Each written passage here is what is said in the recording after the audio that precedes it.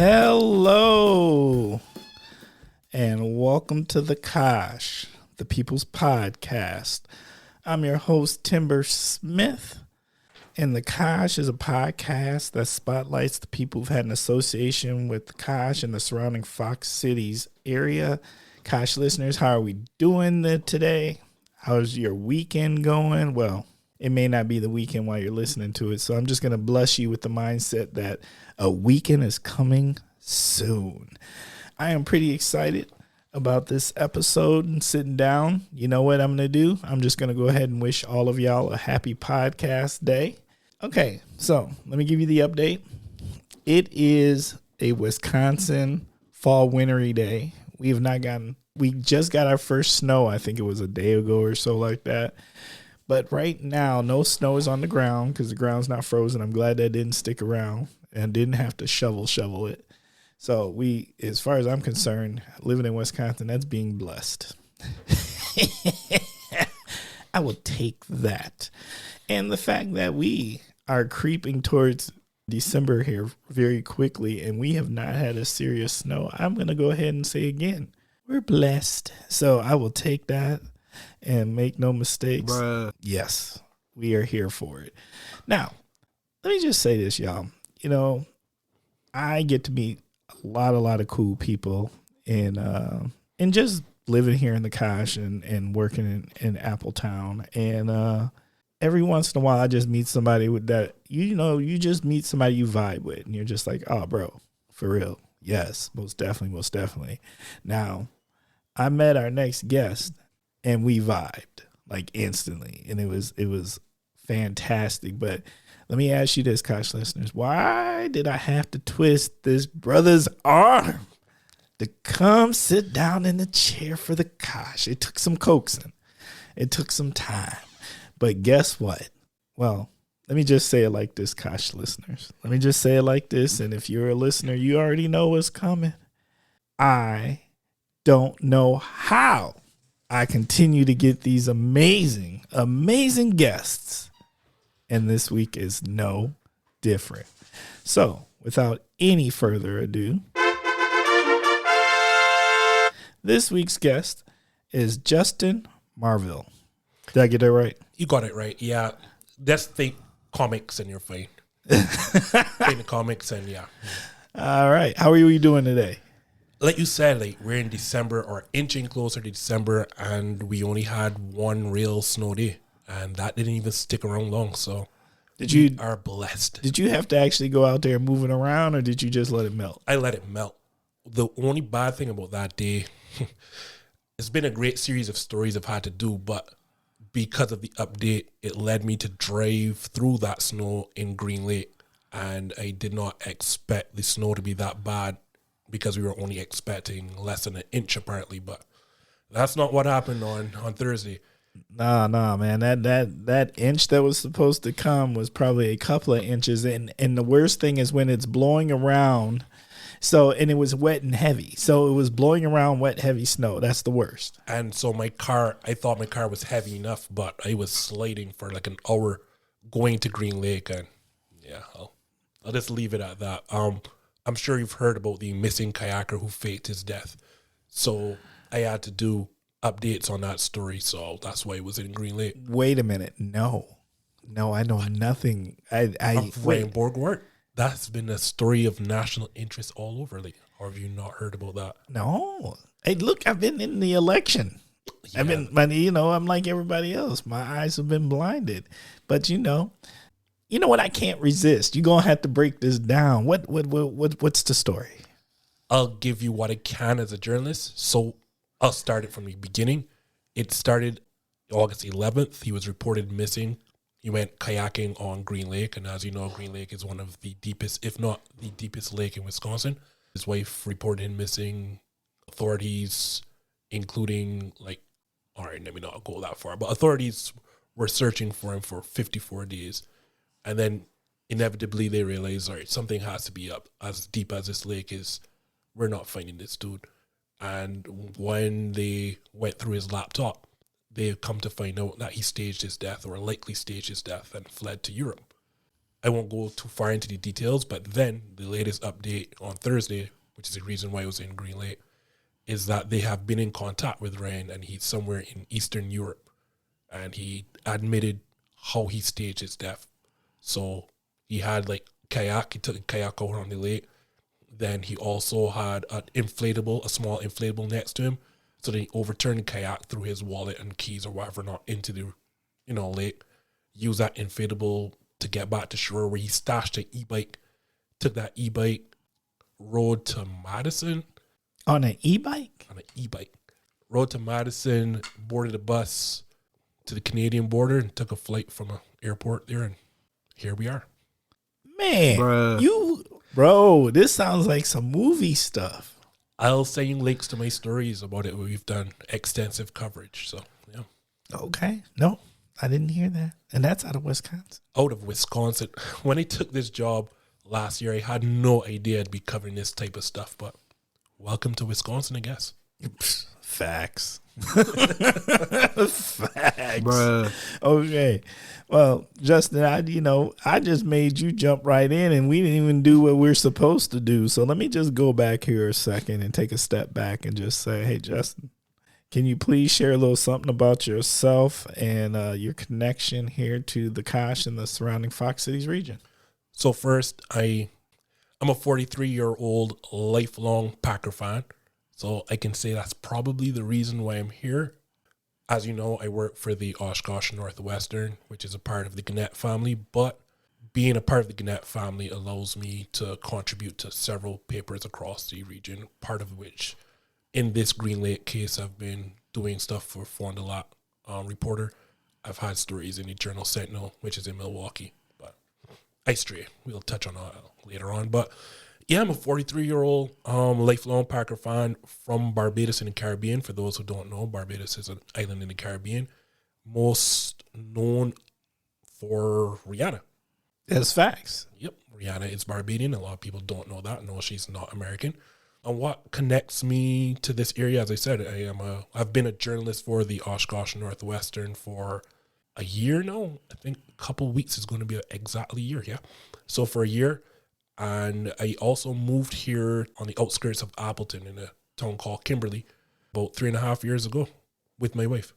Well, my wife was there before I met her, yeah. How's Kimberley treating you? It's good. It's a good place to raise kids, and I'm not going to brag, but I think we have the best school district around, so, yeah. Hey, I'm not going to lie. They definitely, them parents put money, where they put their money where their mouth is. Especially that field. I'll tell you, that football field is quite a piece of work. Like, I'd use that as a training facility for an NFL team. That's how much I really like that field. That might actually be something that they do spring practices or something that I wouldn't be surprised. Okay. Well, let me back up to you're a journalist. Mm-hmm. Like, you're part of the media. I love the idea that we're going to actually get to have conversation. Even in your position, you're comfortable saying that you're about to talk to a media member? Absolutely. Because the Kosh, we don't fear. What are we fearing? Yeah, that's true. Yeah. Here's the thing. We want to understand. We want to understand all the things. And the Kosh is based on getting to know your neighbors and the things that they do. And I don't think we often get to sit down with media people and actually have conversations. Lots of things are assumed about the media and lots of things are said about the media. And so I'm going to jump right there and say, how does that make you feel about like the direction? Because I feel like the media was it used to be a job that I think had great reverence to it and people respected and stuff like that. And now I feel like with all of the hyper-politicization, the political association, assumptions, all of the messaging, that's what I'll say, all of the messaging associated with it.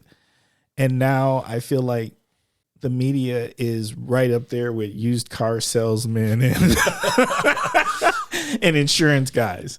You know what I mean? I'm not trying to be disrespectful because I actually wanted to quote the guy, but my voice doesn't get that high. 189 how's that go?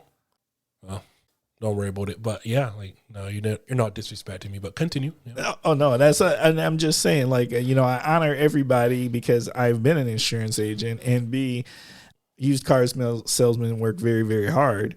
But I am saying there's usually stigmas associated with the jobs as far as like how people trust them.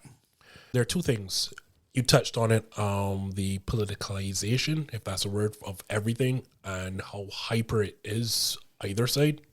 Unfortunately, I think we live in an era where people like to live in echo chambers. I say that to say, we talked about this week actually. People want news information that just reaffirms their existing beliefs. People don't want evidence, facts to justify another point, or they're not willing to change their point of view. So your Facebook, and I think part of it also is, we talked about, social media and tech.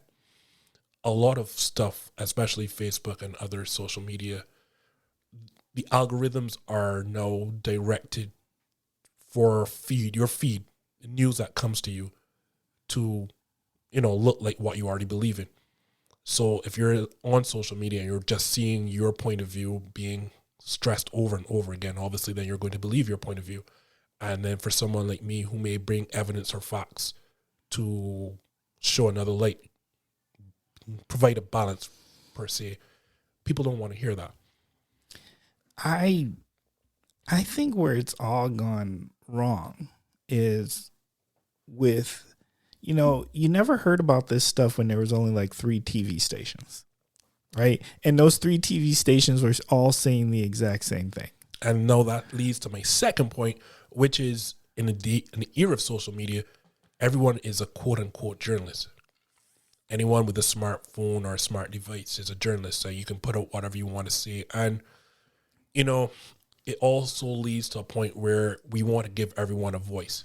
And that has a danger. Like, there are good things to that and there are bad things to that. So now we're in a situation where we don't trust professionals. Anyone with a camera or a smartphone or a smart device can put out something and they're treated like media. So what voice do you listen to? Do you listen to trusted media houses and journalists, or do you trust the guy who can get things out quickly because he's right on the spot with a phone? And that's the challenge that we're facing, and not just the trust, because obviously people with particular interests are going to protect those interests by putting out certain things.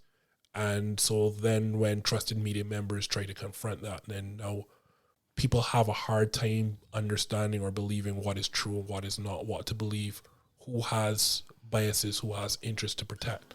And it's really been hard. And what's also been hard, obviously, is because everyone wants things for free. So no one is willing to pay for that media. Because right. That says it right there. So if Timber can put out, let's say, his own channel, not meaning the Kosh, but you put out your own channel with Oshkosh News, and people don't have to pay for it. Whether it's true or not, people are going to go there. Why are they going to come to the Northwestern if you have to subscribe for certain stories? And that's the reality that not just Oshkosh Northwestern, not just a Journal Sentinel, not just Gannett Properties, but all media in general, especially those that focus on print or digital subscriptions. Like, this is the reality that we face right now. Yes, most definitely. Another challenge that I often hear about media at this current time is like, it's downsized. And so the people there's not that capacity of individuals out there doing this journalism like they used to. I feel like there used to be multiple people that probably covered the Kosh, and now there might be one person covering all of the Kosh. And that's got to be harmful and challenging as far as being able to produce, like, get enough content or covering important types of content, because then you got to pick and choose what's of value to the community. Am I wrong in this? No, you're absolutely right. And part of that is obviously as your income is decreasing, no, you can't pay, you can't staff like what you would like.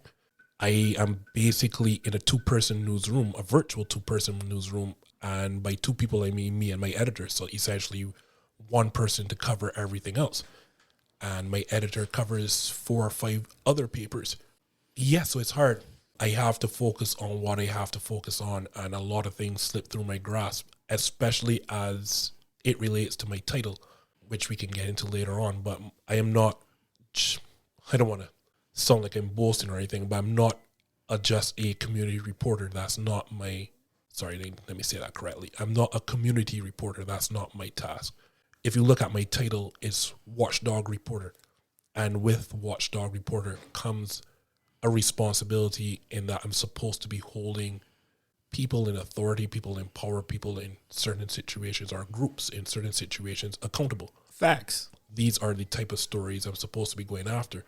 Unfortunately, that accounts for a very minute part of my job now because I'm in a 1-person newsroom. So I have to cover as much as community interest as I possibly can. What I will say kind of helps Oshkosh and Northeast Wisconsin is that, the Northwestern isn't the only person in Oshkosh. You have NBC 26, you have Fox 11, you have WBAY Action News. Mm-hmm. And I think and how can I forget? And you also have the Herald. Yeah, we can't forget them. Big shout out. So sorry, Karen. That was not a slight. Yeah, big shout out to Karen. Big shout out to Karen because that's actually how Timber and I met. Weirdly enough, a competitor is who introduced us. But between the 5 of us I just mentioned, is it 4 or 5 of us? I think everything of interest is covered in Oshkosh. It's unfortunate that the Northwestern can't do everything, but I'm only 1 person. So you can imagine me being 1 person trying to get to everything. That's literally impossible. Okay, so how is it being the watchdog reporter? and I'm going to even expand that question, right? In some of these spaces that you're going in to do this reporting, I'm not sure anyone like you has ever been in those spaces or invited to before. I think that's safe to say. Well, I'm not going to make any assumptions. I'm just going to say, for my time that's been here, and it's been 3 decades here, I'm just going to say, I haven't seen it. Now, how is it being that person? Like, when you show up on the spot, do people like run from you? And do people move differently when you are now in spaces that traditionally maybe people like us have not been invited to before? I can't speak to that, because to speak to that would be to know what the history. Yeah, the history of Oshkosh. And as I said, I've only been in this job for a year. Well, in this job in Oshkosh. I will say I have not felt or have not been made to feel uncomfortable by any one particular person or any particular groups. I've cultivated a number of good professional relationships, particularly with the city of Oshkosh. Outgoing city manager Mark Roloff and I have a very good relationship. So to Kelly Knightforth, the business development or community development person. I'm probably getting her title wrong, so sorry, Kelly Knightforth. I have been able to cultivate great relationships there, and in the spaces that I have walked into. I am not going to be naive enough to think that every single person that I meet necessarily wants me in those spaces, but I can say that I've never been made to feel like I'm not or I should not be there. Let's say I do know of 1 or 2 particular individuals, and I don't think it is me per se. I think it's because of what my job is tasked to do, what I'm asked to do. And I don't take it personal, but I think they have, I want to word this politically correctly, so give me a second. I think they have a particular issue with what I do, but I don't take it personally, because I think that if it was somebody else tasked to do the same job, they'd be doing the same thing. And I do agree with that, because I'm not going to lie. When in my space, we have a watchdog for our, for the work that I do, not specifically, but in for the city city of Appleton, and every time I hear that name, I get a little nervous. It makes me sweat a little bit. and he is an amazing gentleman, and always has treated me as such. He is an amazing gentleman. But he makes me nervous. I can understand why his personality is such, but he's as fair balanced as of a reporter I've ever met. And Facts. yeah, so I don't take that situation personally. There is one situation in which it could get annoying, and I think that person has taken things a bit too far. But again, I don't see it as this is against Justin Marville, more so like this is against Justin Marville, the Watchdog reporter, and I get it. And in my previous journalistic career, my previous jobs, I've had things significantly worse.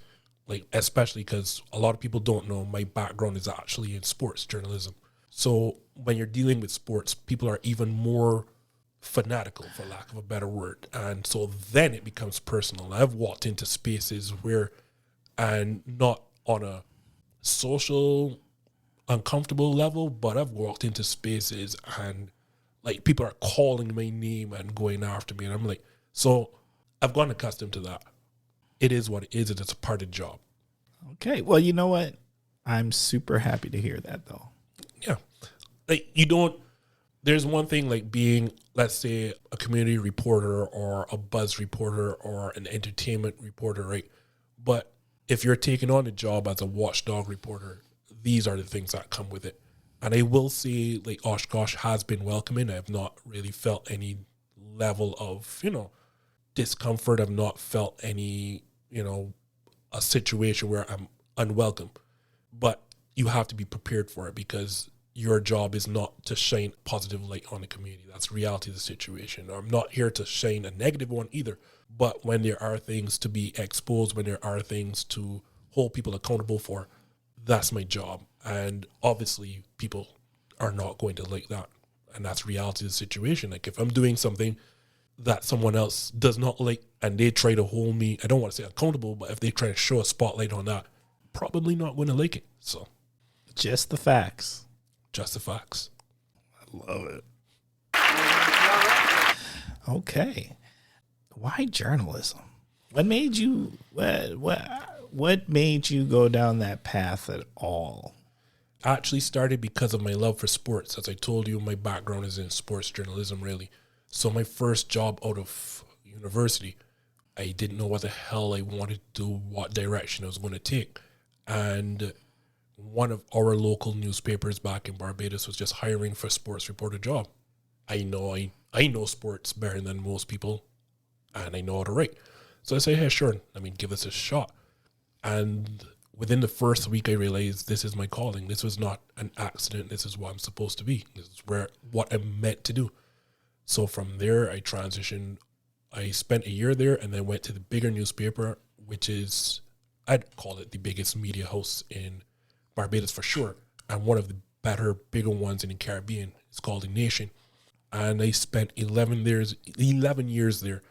And not just was I covering sports, I just started to grow as a journalist. So, the variety of sports I started to cover really became varied. And then being within the organization really taught me how to be a journalist. So to go after not just writing match reports, but then it became going after the hard news angle. I'll give you an example. Weekly on Thursdays, because it is a print publication. So on Thursdays for Friday's paper, sports was given the back page. Sports doesn't have the importance in culture like it does here in the United States, which is not a great thing for Barbados, that is. So every week I was tasked with finding the biggest sports story for that week for Friday's back page. And so that taught me how to go after stories, how to understand hard news stories, because these are not obviously just sports related stories, but these were, again, Watchdog type stories that I was doing. And that allowed me to, be able to cover sports, cover entertainment, cover news, cover politics. And here I am now. So I say that to say, like, I just have a thing for journalism. Maybe people will say it's the only job I've been in, or the one I've spent most of my professional career in. But there's something, especially in me, there's nothing like chasing after an exclusive story, breaking a story that no one else has. And if you don't have that within you, that's something that's innate. And if that's not in you, then you're not a journalist. And I've always had that in me. The desire, the want to break a story, to have an exclusive story that no one else has. And that ability, I guess, has allowed me to not only move out of sports and move out of Barbados, then to transition to news and work in a place like Oshkosh and in Wisconsin. What do you wish people knew about being a media member, being a journalist? I have no inherent biases. Like, I am a sports fanatic. So in covering news, understand I have no inherent biases. I'm here to tell the story as it is. So if you see a story, you may not like it because of your inherent biases, but that doesn't mean I have one. So I am just going to give you, all right, I want to be fair. Like, there are things that may appear slanted, but that's because of, that's how the story is. But I want people to understand, as a journalist in news, I have absolutely no inherent bias. My bias comes towards the Green Bay Packers. So anything else, Bruh. like, I love that team, but beyond that, no, I have no inherent biases. If I was a young person and I'm toying with the concept of becoming part of the media or journalist, Don't do it. That's the advice I give you. Bruh. how you gonna tell them not to do it when you doing it? Because Maybe someone's out there saying, "I want to be like Justin when I grew up." Do not do it. That's advice I could give you. I think people have this notion of journalists. Like, the first thing is, there is no money in this job or this profession until you make it to a particular level. And I'm talking about the CNN, the ESPN levels. Like, what I do, journalists are not paid, from as low as a reporter one right up to editors. We are not paid. So don't think that this is a luxury job. You're doing this because you have a love for journalism. So I guess that's what I would say. If you don't have a love for this craft, if you don't have a love for seeking stories, for getting information out there, for hunting, for holding people accountable, if that is not inherently who you are, do not do this job, because it is not a luxurious job. It is long hours, little pay. And this is not me attacking Gannett or any media house. I understand what it is. There's no money in journalism, so do not do it. I'm going to ask you on the opposite side of the coin then. What's one of the coolest things you've gotten to do or been associated with because you were media or a journalist? Meeting people. And that is one of the other passions I haven't spoken about. But I like people, and I like meeting people.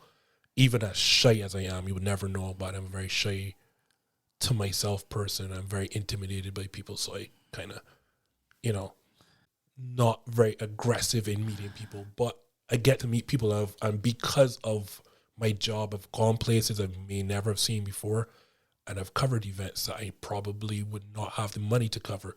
So I'll give you an example. I have a decent relationship with James Jones, and he's general manager of the Phoenix Suns. I have, for my own podcast, which I had before, I have interviewed an NBA player. His name, Terrence Mann. I have interviewed Serena and Venus Williams. Oh, Bruh. now that's for real, for real. For real. And that was in Barbados, because we had exhibition event called Tennis Pundy Rock. And so they came for that. So Serena came the first year, and then Venus after that. So I got to personally interview both of them, Caroline Wozniacki and other tennis players. I think John Isner came a year as well, American tennis player. So meeting people that ordinarily I would not have been able to meet in another profession, that's what journalism has given me. Well, if you got to hook up to Tyrese, because, he needs to be on the Kosh, because he's very Kosh. He is very Kosh. I got to interview him for the first time. He was back home right after the Olympics, and I got to interview him twice, and he is a real down-to-earth guy. As you said, he is really Kosh. Like, he I think he really truly represents Oshkosh. So like we were asking him, or other media members were asking him what he remembers about playing basketball. Was it at West or North? I think he was a North player because, matter of fact, I know he was a North player because he was in high school during the same time as my daughter. So they were asking him what he remembers of playing in high school. And he never mentioned anything about his records, about particular games. He talked about, wanted to leave afterwards and go to Quick Trip. That's the things that he remembers. And like when he brings people to Oshkosh, one of the first places, he says he takes them to his Quick Trip, and that's how Oshkosh this kid is. He remembers his time with his teachers, the stuff he did prior to basketball. He is a really down-to-earth Wisconsin kid. Oh, he feels it. He just feels very authentic, and like there's something to be said for that. Like, and so that's why if you out here listening, I need him on the Kosh. We need to do an interview with him because I don't know. He fits the mold. He has a very, I don't want to say aggressive, but a very strong PR person. Lovely lady. I think I have her card somewhere. I need to reach out to her and get his details for hopefully an exclusive interview. Probably not going to happen. Well, hey, come on now. We speak it into existence. We're going to float it out here. That's why I'm saying it out loud while you're in front of me. And we're going to hope for something in 2025. Year I'm looking forward to. Yeah, 2025. All right. Okay. If you weren't doing what you're doing right now, what would you like to be doing? It still would be in journalism. My ultimate goal, and I know we'll touch on that later in the podcast, but I need to get back to sports journalism at some point. So ultimately, I would love to be covering the NBA as a beat writer. That's the ultimate. That is what success looks like for me. But if I wasn't in journalism, I'm going to hit you with one. I would want to coach basketball professionally. What? Bruh. Yep. Okay. Now, Justin, you I guess, were you a player? Not a good one, no. Bruh. At school, I focused more on playing tennis at school. I got into basketball. Like, we have a saying in sports, those who can't, write. So I'm not good at playing it, so I became a writer. But part of being in Barbados allowed me I coached amateurly for a bit, but more importantly, I got to serve on our national body first, or more importantly, as our public relations officer. But then in 2007, I got the chance to be chairman of our national selectors. So I don't want to say head of, because I'll get into that shortly, but I got a chance to sit on a selection committee for our men's team. Oh. And what that really was I just gave away to our head coach and his assistant coach on what I believe solely in not being a micromanager. So if a head coach comes to me and says, hey, this is what I want my team to look like, who am I to come? I'm not coaching it. So why the hell am I going to tell you, no, you should take this player, that player, and the other player? I'm not coaching the team, so you know what that looks like best. So I got to serve as a chairman of selectors. I like to put that in my LinkedIn and all my bios, but it really didn't mean anything. It was a fancy title. Okay. Coaching basketball. I would like to coach. Yeah, I'd like to coach professionally, but that's not going to happen in this lifetime. You don't know that. You know where it starts from. It starts from the Pee Wee leagues. And since I will say regret. There was a year when I first moved here from Barbados. What they don't tell you is that when you're adjusting your status for a year, you can't do anything. So I was home for a year, and what I regretted is not getting into Pee Wee basketball, not trying to assist some school in coaching. I didn't want to be the head coach. I wasn't going to step on anyone's toes, but I should have started there, and I just wasted that year. Yeah, man, I'm not even going to lie. Even I've coached. I coached girls soccer. Oh, nice. How'd that go? It went fantastic. It was amazing. And here's the thing. I ain't never played soccer in my life. And I wasn't really necessarily that good at knowing soccer, but I was good at motivating young ladies and giving them opportunity. And I got the best advice from another coach who was like, where I was coaching like U10, U11, U12, right? And this was recreational league. This wasn't like this wasn't like something that mattered, but it mattered in a couple of things. And one of them was a coach told me, make them love the game. Give them the opportunity to fall in love with the game. They'll figure out if they want to continue to play, according to skill and talent and efforts, but let them fall in love with the game. Let them play enough and do the things and try the things so they can love the game. And that is one thing that I take pride in, that to this day, when I run into, and now they're grown women, right? Super grown women. And when they roll up on me, and it doesn't happen often, but every once in a while, one will walk up to me and be like, hey, and I'll be like, whoa. And they'll be like, do you remember me? And I'm thinking to myself, you look really familiar. You coached me. Oh, dang, you are a grown woman. Yep, pretty much. And, but I mean, it's like they all tell me they really enjoyed the experience, because I had this thing where you got to play offense and defense. Everybody got a chance to play forward and stuff at that point in those stages. And I would do things where if we got up by a couple of goals, I would switch our entire team and have defense going offense and offense going defense. And some of them, those were the only goals they ever got to score.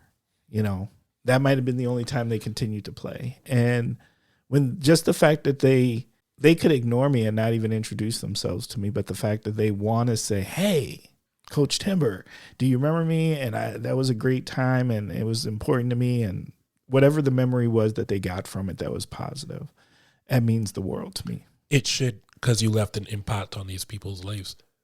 What better role we should have if not that? Facts. Big facts. Okay.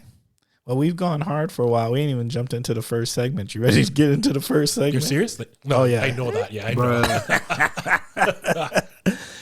First segment is called What in the World is Going On With? And this is your opportunity to start with the phrase, what in the world, and then tell us what's on your mind. I can't, because of my job, I won't tell you exactly what's on my mind. So I'll transition. As I told you, I'm a sports person. So what in the world is going on with the New York Giants? I don't know if your listenership is going to care what I'm going to say, but I have seen dysfunction in many things, and I'm not sure right now I've seen more dysfunction in that organization. So for those who don't know, more than the Jets? Yeah. I think they're right now they're rivaling, right? So in a span of a week or even days, they went from having their franchise quarterback, who they're paying $40 million a year, to benching him, and then not just benching him, moving him all the way to fourth string quarterback.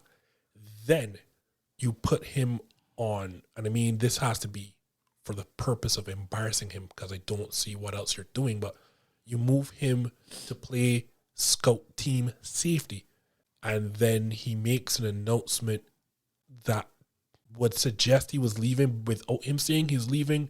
Then the next day, then they say, yeah, we're moving on. We've cut him.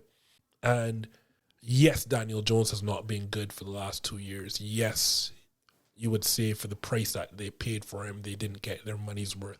But bench him and cut him in the offseason, but to move him all the way to fourth string quarterback, and then you have him playing scout team safety, a position he probably has never played in his entire life. Like, you're trying to embarrass him. And then I say that to say he played poorly, but he didn't pay himself. Like, that's on you. You paid him when everyone knew you shouldn't have paid him. And then on top of that, when ESPN, maybe wrongfully so, kind of mocks his exit press conference, then you call, as an organization, I mean the Giants, apparently they call ESPN's offices and their big shots to complain about a segment.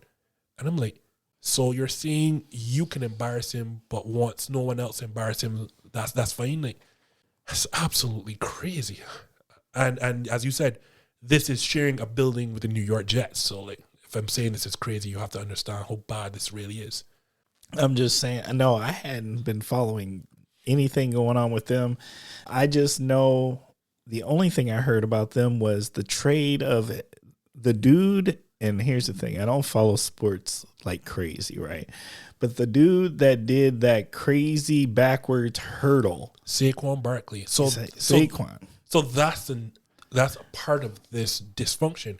They paid Daniel Jones and allowed that dude to walk out the building because they paid Daniel Jones and did not pay to keep the running back, which everyone knew was a huge mistake.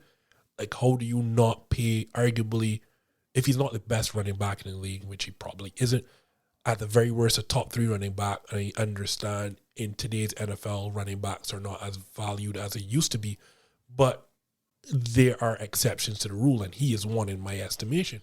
So you let him walk out, as you alluded to, pay Daniel Jones, and now you are shocked when Daniel Jones doesn't perform to the contract that you gave him. You embarrass him, and then when media embarrasses him, you have a problem with that. Or are you more shocked when Saquon goes to another team and starts balling out of control? I am not I think I know sports well enough to have seen that coming. I don't know how the Giants as an organization didn't.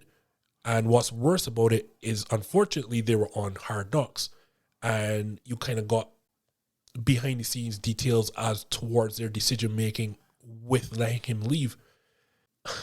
It's nothing short of a clown show. That's what I'll say. Bruh. Ooh. Okay. That's what in the world is going on with. Okay. I'm interested to hear what you're going to say. What's going on? Okay. And here's the thing. I'm going to try to phrase this right, and it's not going to be perfect, right? Kosh listeners, I don't know if you know this, but when I do my What in the World is, I think about them all week long, and whatever I pick for the show, I never pick the ones that I thought about all week long. I pick the one that I think of that morning. And this morning, I woke up and I was like, you know what? What in the world is going on with these picks for the next administration? And my question is this: where are all of the people who were those affirmative action hardliners that complained about how they felt that affirmative action forced people to choose individuals who are not qualified for their positions? And we've got a whole series of individuals being nominated for some of the most important jobs in the entire nation, things that deal with our literal safety, our well-being, our economy, our health, and they don't have either any experience, proper experience. And the only affirmative action qualification they have is loyalty to an individual. Please make that math for me. Where are y'all at? All y'all people who sued and this, that, and another. Where are y'all right now? I need you to get back on your horse and come in. And if you're going to hold some accountable, let's hold all accountable. That's what I'm like. I don't like people who just gripe in for very specific things in little echo chambers. Be consistent, because I'm looking at a whole series of I don't know what the proper term is, because affirmative action may not be the right term for this, right? But the things that they claimed and complained about affirmative action being, I feel like we're watching a version of it in some capacity. Now, no, I'm obviously, because of my job, I can't touch that. I have no expectations for you to touch that. No, I'm not going to touch that at all. But what I will say on the other side of that, coming from Barbados, which is predominantly black, like 90% black, 10% other races. I think about 8 or 9% of that other race is white. What I will say is, obviously, I do not understand, or I have not experienced enough what it is for a minority to struggle to get deserving jobs here. I have not encountered that as yet, thankfully. What I will say, what I have noticed, what I have seen is that, and we talked about this right before the show, when it comes to DEI hires or affirmative action, trust and believe when a minority gets a job, particularly black people or black men, you are probably hiring the man or a qualified candidate who will do the job well, because they will tell you the black community will be the first community to say, no, not him. Not him. We are not the community that will allow an unqualified brother to take a job he does not deserve. We're not that guy. We're not that people. No. So I don't know if that made sense to you, but it made. And I'm going to expound on what you're saying. And there's a reason for that. It's not that we're not supportive of the community, but most of us who have been able to make our way into these professional spaces and have professional success, we're not going to usually allow, because we are judged as, I believe the term would be, a monolith. Like, we are judged as one, right? We don't have that privilege of being judged individually. You know, people judge us as all. If you have a bad experience with a black man, then it's all black men, this, that, and another, right? And so professionally, there's a lot of people that feel that same way too, because most of us understand, like, if you have a poor employee, right? Regardless of race, creed, color, whatever. But if they happen to have some melanin, somehow that's going to cause people to have pause for other candidates who might happen to have melanin in the future. I feel that, on having not grown up here and lived here long enough, I don't get it from that perspective. I don't feel that pressure from that perspective. I feel it from another. I feel like me going into a job, I am representative of my country and the Caribbean region on a whole. So I feel like when I take a job, I have to do it well, because I'm going to be judged, or my country or my region is going to be judged based on my performance. So I feel like, like, I can't screw it up for anyone coming behind me as a migrant, as a Barbadian, as a Caribbean man. We are saying the exact same thing. Yep. we're just saying it from different, representing same but different constituents. Pretty much. So I say all that to say, I am not sure that the wider community should be afraid of affirmative action / DEI hires. Absolutely not. First of all, there was nobody who was getting hired that really wasn't non-qualified. I don't know where that whole myth came from in the first place. You was going to be, if anything, you probably were overqualified.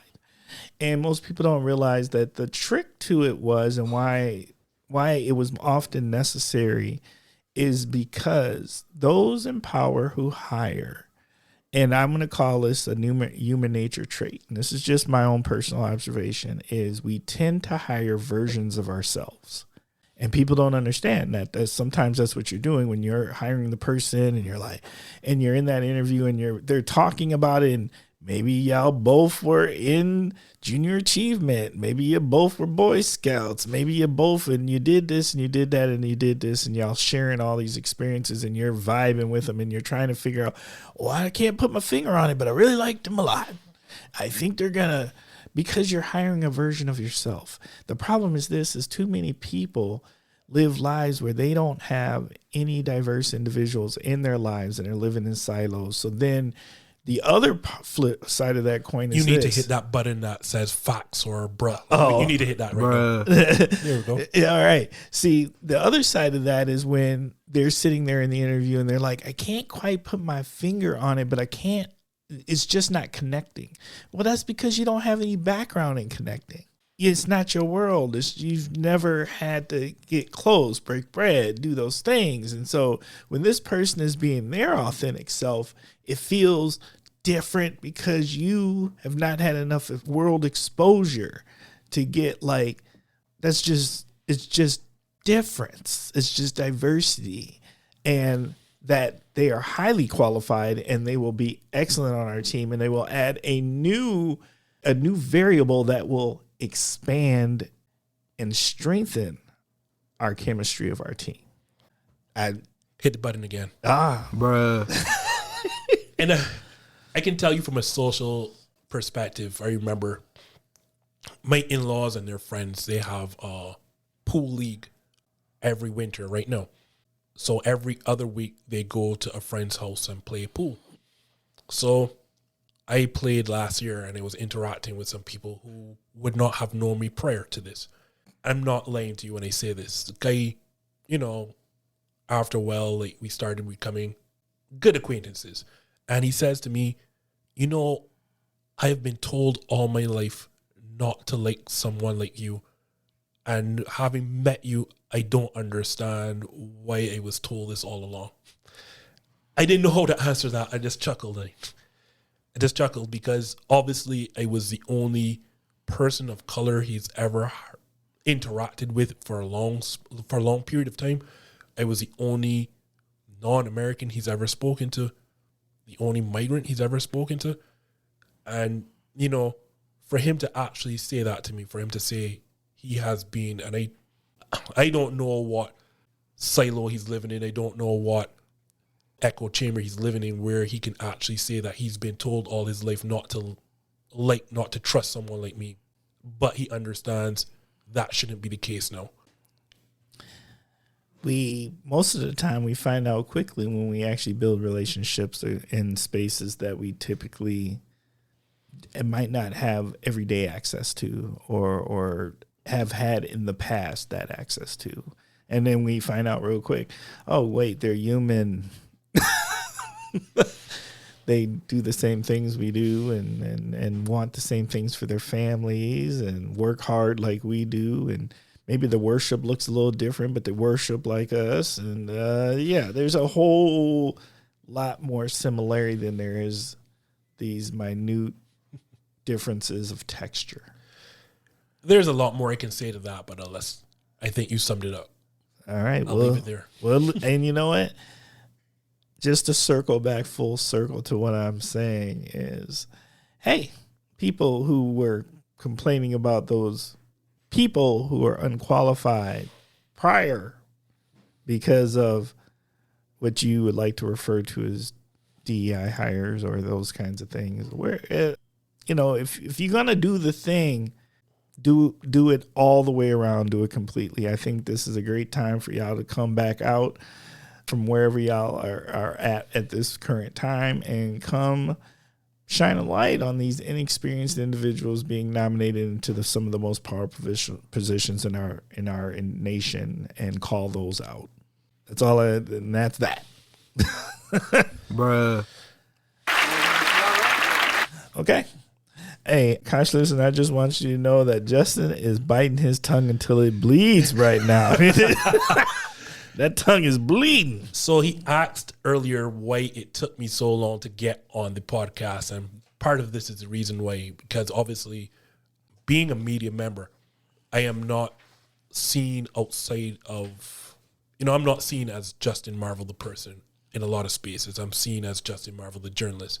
So it means there are things that I cannot speak to. There are things I cannot say. So, nope. Yep. We respect it. Okay.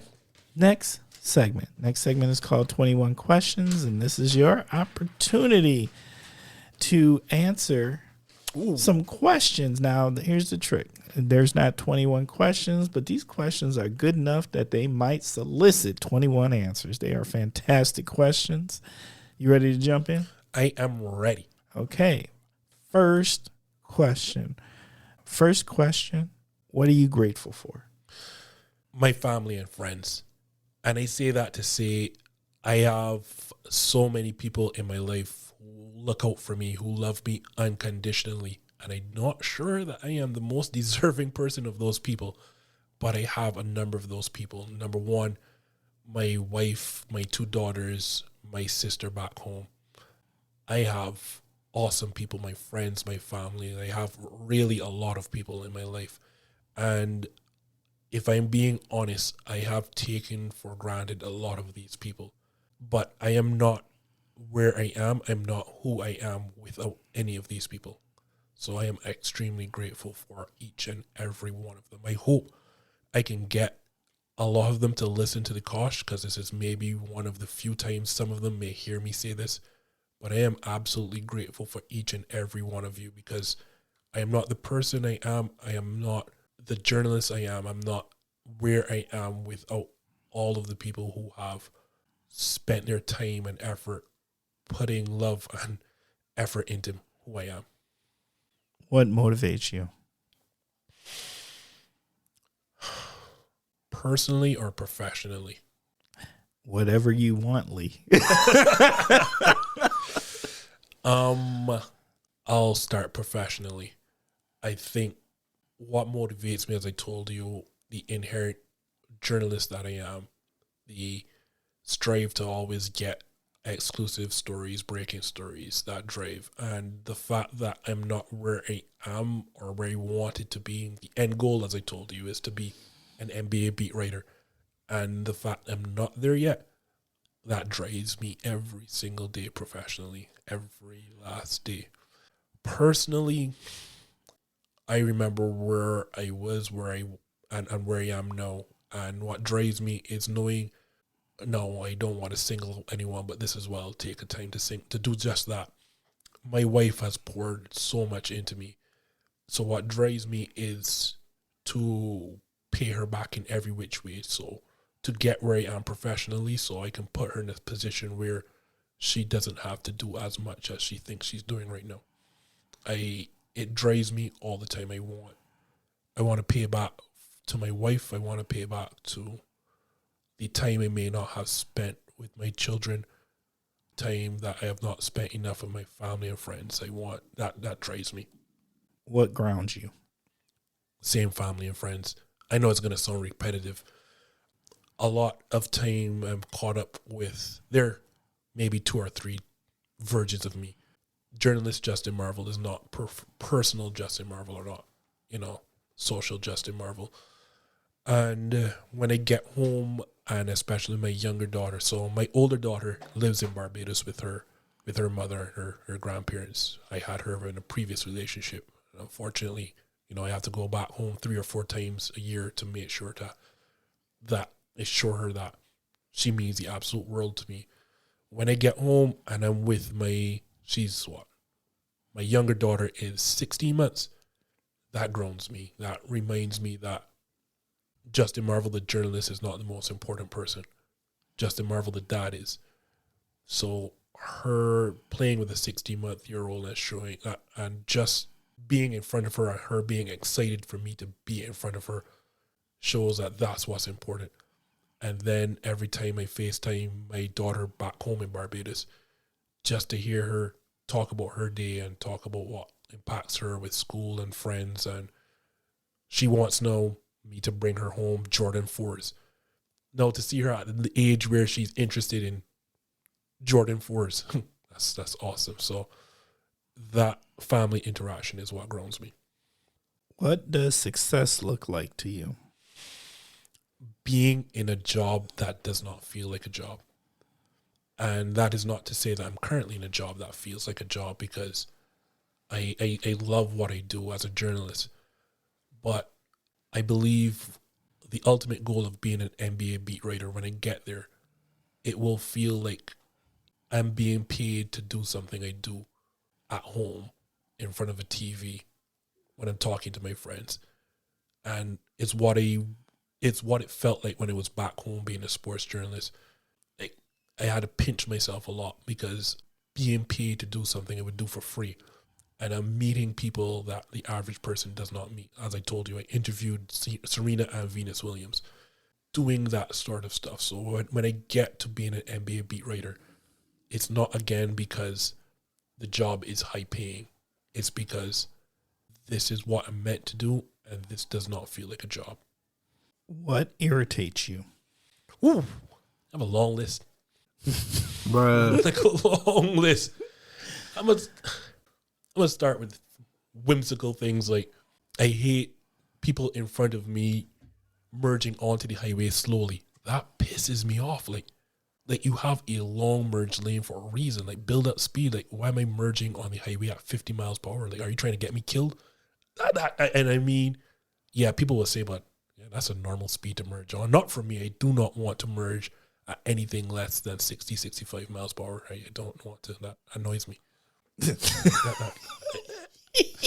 And I hope that Chief Smith does not listen to your podcast, right? I hope. Hey, I can't tell you who's listening. That pisses me off. Like, let's speed up and let me merge quickly. Like, come on. And part of that is because I have a heavy foot, but yeah. Here's what I'm going to tell you. Probably safe with Chief Smith because that's probably outside the jurisdiction. I would be a lot more worried about Sheriff Motts. Yeah, you probably should be. Shout out to Sheriff Motts. Big shout out to John. That's one thing that's a pet peeve of mine. Professionally, I hate people. Sorry, hate is too strong a word. I question people who say the media no longer does investigative journalism. Then when we uncover stuff, they're pissed off that we uncover this stuff. I'm like, pick a lane. They choose a struggle. Like, which is it? Annoys the hell out of me. Like, no, you want the things covered that you want covered. But when I shine a spotlight on certain things that you don't want, you hate that. So do you want the puff pieces, me rewriting press releases? Or do you want me to uncover the underbelly of the things that I should be uncovering? Like choose a lane. And of course I have to bring it to sports at some point. I hate NFL teams who know that you're in goal-to-goal situations, short yardage situations, obvious short yardage situations, and you're running the football out of shotgun. That pisses me off. Like, you are giving the running back absolutely no head of steam in a short yardage situation, especially a goal-to-goal situation when everyone knows where you're trying to get, obviously, and then you're stunned when it doesn't work. Like, get behind center in an I formation and run the damn football. And trust me, people on Kosh, damn is not the word I want to use. Justin, I'm not going to lie. That was hilariously awesome. And I'll tell you why. Because of the different topics you hit. You went from traffic and you covered professional and you went to sports. You covered multiple things. I told you there are different versions of me and you got to see all three of them. That is awesome. Okay. That's a first. That's a first. What scares you? Both things about my future. Not getting to where I want to get and then getting to where I want to get. It sounds weird, right? But if I never get, and I know that's not possible. Like, I do believe I will become an NBA beat writer. That is not something that won't happen, and that's not a possibility. That this will happen. But there is a fear of me not getting there, and then me getting that job. There's a fear of, do I belong here? And I'm certain some stage in everyone's life, you suffer from some level of imposter syndrome, whether it's deserved or not. And I'll say that, like, when I first started this job, and I saw all the journalists working around me, before I even wrote a story for the Northwestern, I had imposter syndrome. I was wondering, do I belong here? No, my editor knows I belong here. Everyone that knows me knows I belong here. And I'm like, what is wrong with you? You belong. But there is that thing. Like, I do have a level of imposter syndrome. So my fear is that never getting the job, but getting the job, do I belong? And it's something I have to get over. But yeah, that's what scares me. What recharges your soul? Professionally, getting that source to break, getting that breaking story, getting that exclusive story. There is nothing like it as a journalist for me. And if you don't get that drive, if you don't get that passion, it's like a high. That's how I can explain it. you literally get on a high when you get that story and you're writing it. I can't describe it any other way than to say that it's a high. I'll give you an example. When we all knew that and that was earlier in April or March maybe, when we knew that the Oshkosh Arena was up for sale, the first thought I went to was, what about the herd? What is going to become of the herd? And I got some inside information. I won't spew it here, but I had some inside information, and I was like, I need to confirm what I know, but I just couldn't get someone to say what I knew. And I will never forget the day I was speaking to a source, and then they were casually speaking to me, and then they were like, you know what, look, this is the case with the herd and the arena. My colleagues had to look around at me at the same time. I punched my desk so hard. I hit it so hard out of sheer joy. Like, I was like, I effing got it. And like for the next 10 minutes, I was on a high at that person explained to me what was the situation behind the scenes.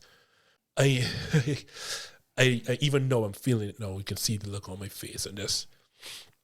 I couldn't wait to rush to tell my editor, this is the situation, this is this. And he's like, the first thing obviously is like, you know, like I explained how I got the information. So obviously he knew that information was legit. And he was like, how fast can you write this? And I'm like, what are you talking about? I'm writing this as we speak. Like, what do you mean? And to get that information out there. And I've had stories with more page views, more viewership than this story. But for me, getting that story out there, and then because obviously the Milwaukee Bucks have a national interest for that to be picked up all across nationwide, like, yeah, like that recharged me that day. Yeah. So that's professionally. Personally, just spending time with my wife and my younger daughter, and then going back home to my family and friends and my other daughter and my mother and my sister, going back home there, that recharges me. I'm going back home next month, and I can't wait to be around them again. That will recharge me personally. How do you define love?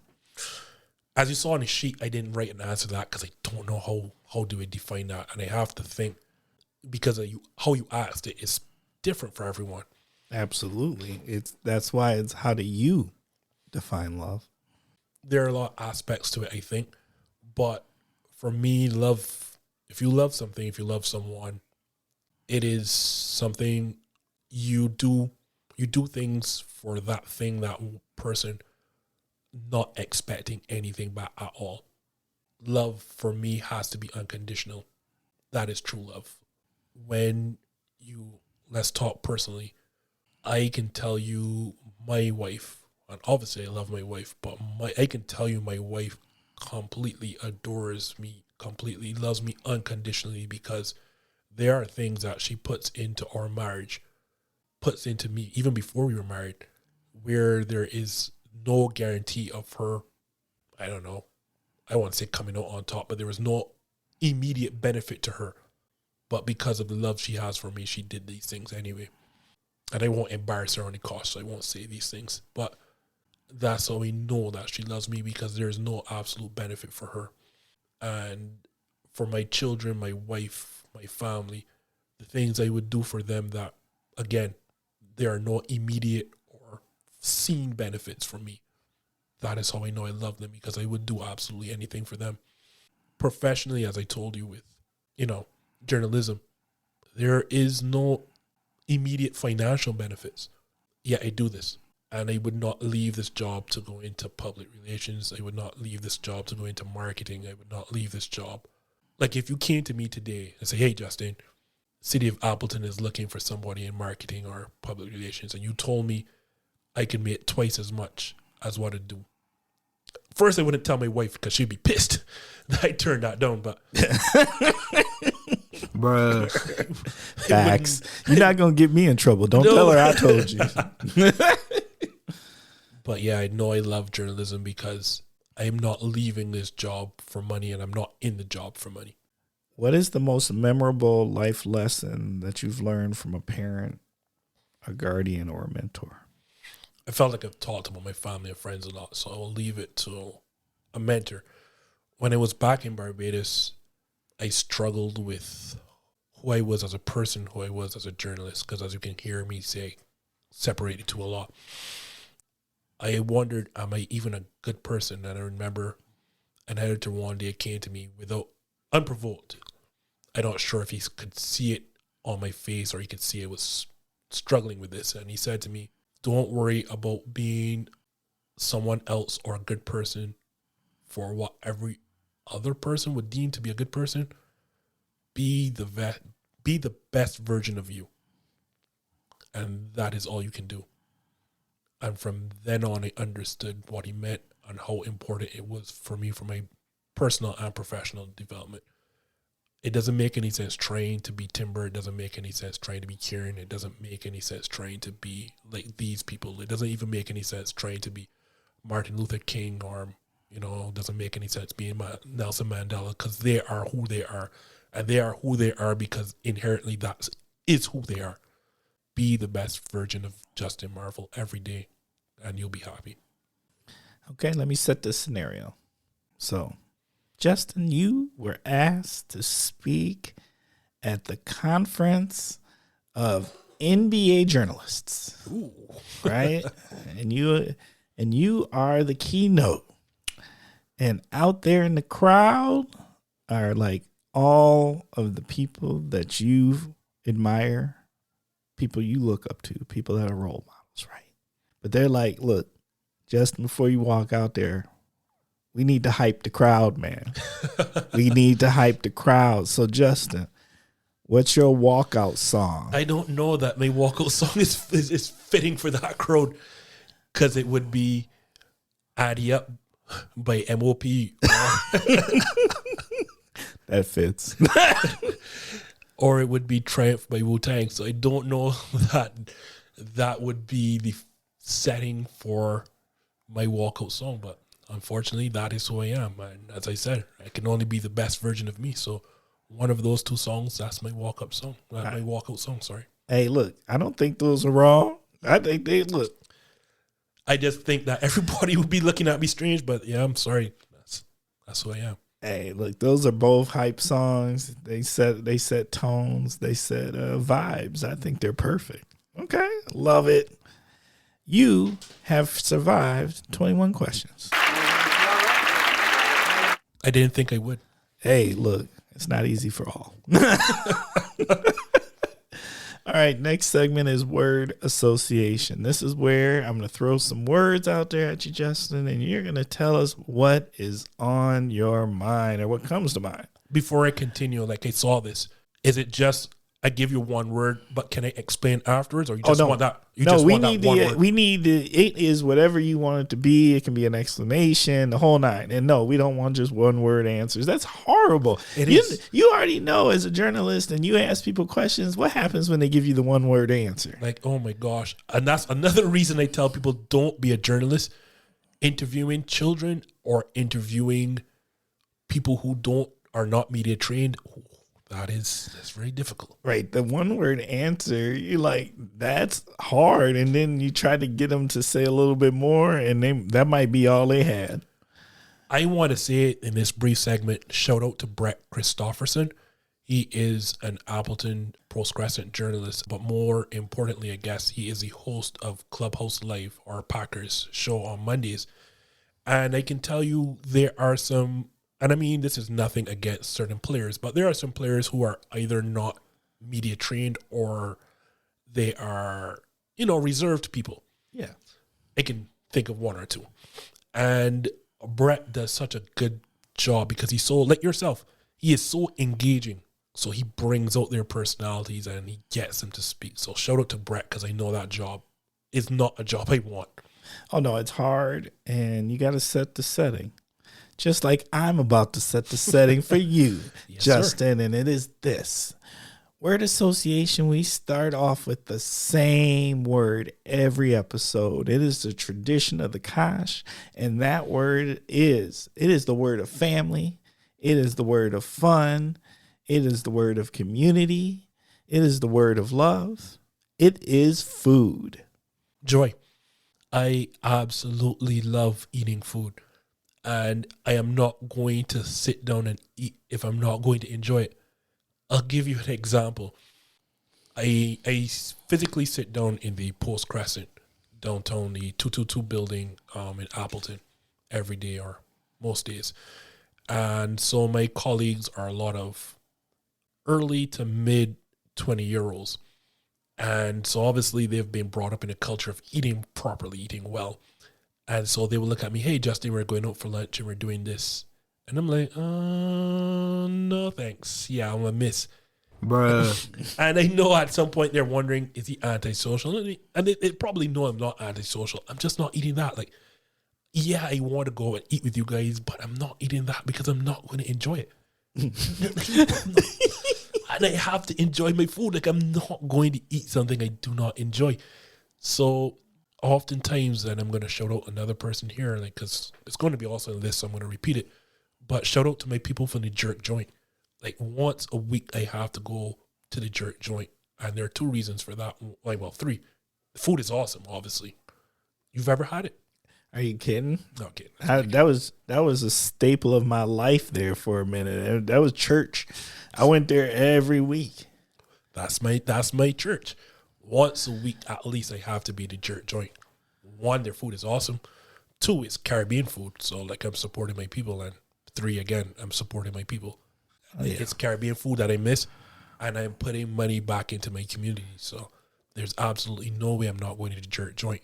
So food is joy for me. Big shout out to Rod and his wife. Most definitely. Jerk joint gets love. Big love. Huge love. Yes. But just so I don't get in trouble, because I've been told that I'm biased, I also want to send a shout out to Area 509. I've never been to Area 509. What? Bruh. Oh, man. Look, they nice with it. Oh, really? Yeah, they nice with it. Where are they? We'll take care of it. It's in Appleton, though. Okay, awesome. Yeah. It's over by West High School. All right, I'm a Caribbean food?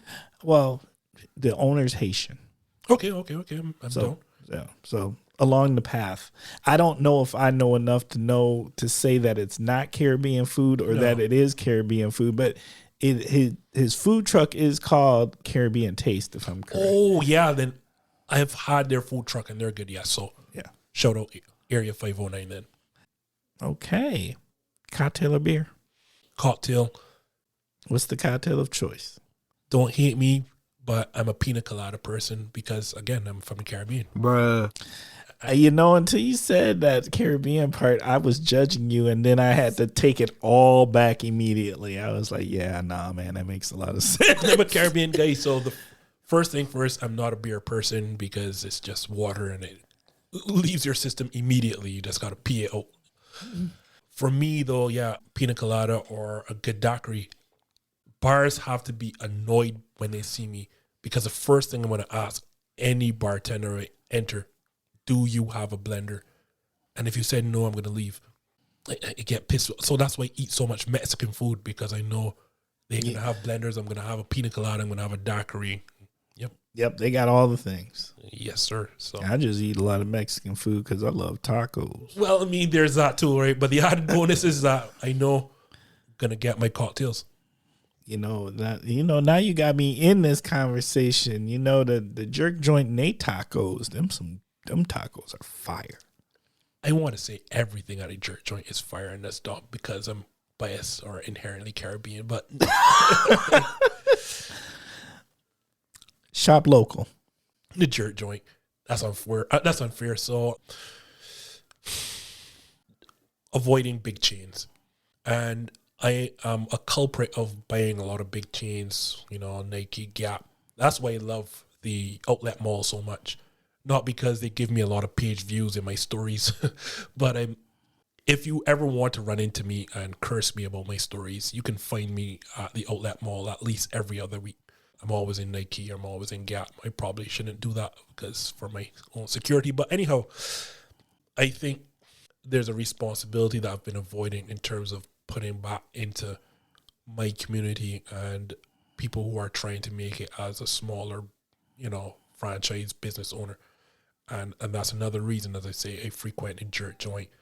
I also make sure to try to get a cozy corner. So I know there's a responsibility to put into my community, and, where I can avoid or where I should avoid big brands, I try my best to. Concert. Kelly Clarkson. I have been to a number of concerts in my life. I will say I've been to a Drake concert, and his stage production was out of this world. Like, one of the stages he had mimicked a phone that was on Instagram and Instagram Live, and it was like, showing different slides that was going on. I thought that production was awesome. But I rate performers, or I rate artists on their live performances, and I have never met an artist who sounds like their produced self quite like Kelly Clarkson. It was 2019, I went to her only concert I've ever been to, and I can tell you right now, Timber, if she returns to Wisconsin, I will be there every single time. She sounds like she was produced. She was singing live like she was produced, and it was not just stand up and give a performance. I felt her presence. I felt her constant movement. She gave me a performance, and she did not struggle through, and this had to be a 2-hour performance straight through, Timber, and I felt her energy. This woman can sing. Bruh. You make me want to go to a Kelly Clarkson concert. I know all the rage right now is Taylor Swift, and I've never been, so I don't know if the hype is real. I don't know if it's justified, but I can tell you, Timber, and I know it sounds weird for a black man from the Caribbean to say this, your money is well spent for a Kelly Clarkson concert. Well spent. I don't actually doubt that either. I actually believe just kind of her vibe, like she feels like somebody can sing anything. Boy, oh boy. And I mean, I want to be honest here and say that we won tickets, and my wife wanted to go and chuck me. And this is not to say I don't like Kelly Clarkson, because I rate her extremely high. But whenever I go to a concert and I realize that this artist is even better in person, that sticks with me. Right. There's a Caribbean band called Kes the Band. My absolute favorite band, simply because the first time I went to one of their live performances, whoa! So every time they were in Barbados, because they're Trinidadian, I did not miss one of their performances. You have me as a fan for life if I go to your concert or your live performance and you nail it. Streaming. This just in. So we were talking, I didn't tell you, that was the name of my actual show, and not just the ESPN show. So I had a podcast when I was in between jobs, between my job at the Nation, and when I moved here. And the podcast was called This Just In. Ironically enough, about 6 months to a year later, then ESPN had a show called the exact same thing. I wanted to sue them, but just didn't bother. I know that would be a waste of time. We live streamed our podcast, and it was a strictly sports show, hour-long YouTube streaming show. And for that brief time, I want to say we did that for 2.5 years, maybe. Yeah, maybe that. It was my life. It took over my life, and I will never forget that. Part of which I wanted to develop broadcast skills. Part of which I did it because I also wanted to stay relevant in sports. But there was a joy because I had 2 other longtime friends working on the show with me, and being able to connect with them and do that show, yeah, something that will stick with me. Entrepreneurship. You know what? No. Can I pull the word? No. Okay. I'll go with it. Okay. Varied business. And I know I can never be an entrepreneur simply because, first, my love for journalism. I have a high respect. I hold entrepreneurs in a very, very high esteem because it takes a level of drive, commitment that I don't have to be an entrepreneur. And I see people, shout out to Cozy Corner, owner of Cozy Corner. I see the different businesses that he owns. Also his fellow barber, Mike. I see the different businesses that he's involved in. And I know the passion, the commitment, the drive it takes. And the reason I also bring up commitment is because I know you can't give up on the first signs of failure, and it's going to take a while before you start to see profits or before you turn profits. I don't have that level of patience or commitment for anything named other than journalism, sorry. So I have the utmost respect for entrepreneurs, people who are willing to stay the course and vary their business income streams. Diversity. Inclusion. Where I'm from, as I said, Barbados and the Caribbean, our countries are 90% black for the most part, Barbados particularly. So coming here now, obviously it's a different change of pace. Now I'm a minority by number, even though in Barbados I'm also a minority in that as much as the population is 90% black, the 10% still runs and owns everything economically. So financially, we're still a minority. Coming here now, and from a Caribbean perspective, and you watch CNN and you watch Fox and you hear about, the issues of diversity. Now to live it here, now I understand. And I don't know why certain groups, I can assume why certain groups have a problem with the word or a problem with what they think comes with the word diversion or diversity. I've seen what the lack of diversity looks like, and it is problematic in all spheres of life, not just society or running governments. When you only have one way of thinking, or a way of thinking is only represented by one faction, that is problematic, because usually the people that you serve are not just one faction, and you can run into so much problems. I can go on and on about this, and I know you really probably don't want me to, but when you have a lack of diversity in anything, you're going to run into problems, because there's no part in life that strives that is successful with one viewpoint. Absolutely nothing in life. I'm going to throw one more word at you. Sure. Media. Controversial. And I say that because I say that in respect or relative to the era that we live in. We are trying as media, or traditional media is the word I should use. We are trying to stay relevant more than ever before. I think our future is so scary.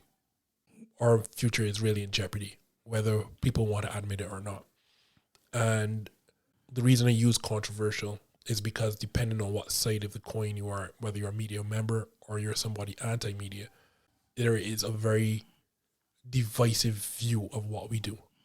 Kind of like politics. It is really divisive of what we do. There are people who will go hard for what we do, and those are media members, obviously. And there are people now who either do not trust us or do not see the need for us. And I think in this climate, especially in this heightened climate on both sides of the fence, there is a need for us more now than ever. The unfortunate thing is, like you said, I alluded to, how do we turn profits when people don't think that they need us, or people get their news free? And that's the climate that we live in. So there are a lot of people who are trying to make us irrelevant while we are needed in a time where, and I'm going to say this, and some of your people may not like to hear this, I do not like the term my truth or your truth. And there's a reason for it. Yes, you may have a truth that is pertinent to you, but the problem is that people turn that to say, because I feel this way, it is a truth.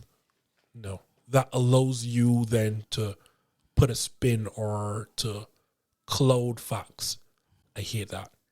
There is a truth, and I'm not saying there is not your perception of things, because your perception of things should always be accounted for. But because you have a perception of things, does not mean that you should be able to cloud reality or to mask truths. You survived word association. I didn't think I would survive this one either. Yeah, look, these ain't easy. People think they're easy. It may sound easy, but it is not easy. Okay, next segment. Next segment is called the Kosh Hidden Gems. This is an opportunity for our guests to share a hidden gem with the Kosh listeners. Now, this doesn't have to be something in the Kosh itself. And the way that most people, there's a couple of ways. Maybe it's something that no one knows about, so you're really sharing something unique. Or maybe it's something everyone knows about, but there's some special details about that gem that you don't think people know. What's your gem? I want to start first with herd basketball. I know you're going to smile when I say that. Whoa, let me just go on. Yes. It may not be a hidden gem because a lot of people associate Oshkosh with herd, but I think unless you go there, you really don't understand how good herd basketball is. You are watching a level right below the NBA level because in many times the NBA level, because you have players on two-way contracts, you have players who are striving to get into the NBA, you have former NBA players trying to get back into the NBA. Take, for instance, someone like Justice Winslow, who is a former Miami Heat lottery pick. He is right now on the herd. So you are seeing high-level basketball that is on a higher level playing wise than the NCAA. It's just that the NCAA is obviously more well-funded, a bigger money giant than obviously G League is. But if you're talking about in terms of quality basketball, you're not going to get a higher level of quality basketball outside of NBA and European leagues. So I want to encourage anyone to go to G League basketball, go to the Oshkosh Arena, and people will laugh and say, well, doesn't this guy write a lot of quote unquote, I want to say negative stories, but negative stories about the Oshkosh Arena? Again, I told people, or I've been telling you, there are two Justin Marvilles, and there's the journalistic Justin Marville who is here to relay certain stories and break certain stuff, and Justin Marville, the person, loves herd basketball. So I would encourage anyone, like, this is not just some amateur league. These are professional basketballers who are NBA worthy basketballers that are playing right in your backyard, and not just in your backyard. Oshkosh Arena is such that you are right on top of these players. Access or a proximity to these players that you will never have at an NBA arena. Oh, facts. So that arena is amazing. It is, because it may not be the biggest arena, but it gives you that family setting that you talked to me about, Timber, and it gives you that proximity to players, because a lot of these G League teams actually play in NBA arenas or NBA facilities. So again, you're not on top of these players. Mm-mm. In Oshkosh Arena, you are right on top of these players, especially if you get courtside seats, and courtside seats are cheap. I feel like it doesn't matter if you're sitting in the last row, because that's where my season tickets are. I keep the very last row, and it's still intimate. It is. It's an amazing setup. Amazing setup, especially for a basketball person. And then now for a true hidden gem in Oshkosh, everyone knows about EAA, of course. Like, that's the biggest thing in Oshkosh. What a lot of people don't know about is a seaplane base. Everyone goes, obviously, to Whitman Field for EAA, but a part of that is going down to the seaplane base. And I would tell anyone, when you're done, let's say you have a day pass, when you're done that part of the day at Whitman Field, make sure also to then take a slight detour and go to the seaplane base. I won't tell you what's down there. I don't want to spoil it for you. Just go. You put some mystery on Bruh. that? Yes, let's go. Well, you know what? I've never been there. You see? And I've never heard anybody say that you should go there. You should go. I guess what for me is because I had a colleague who kept telling me about this seaplane base, and he wasn't really just telling me for me to go, but he was talking about because he volunteers down there.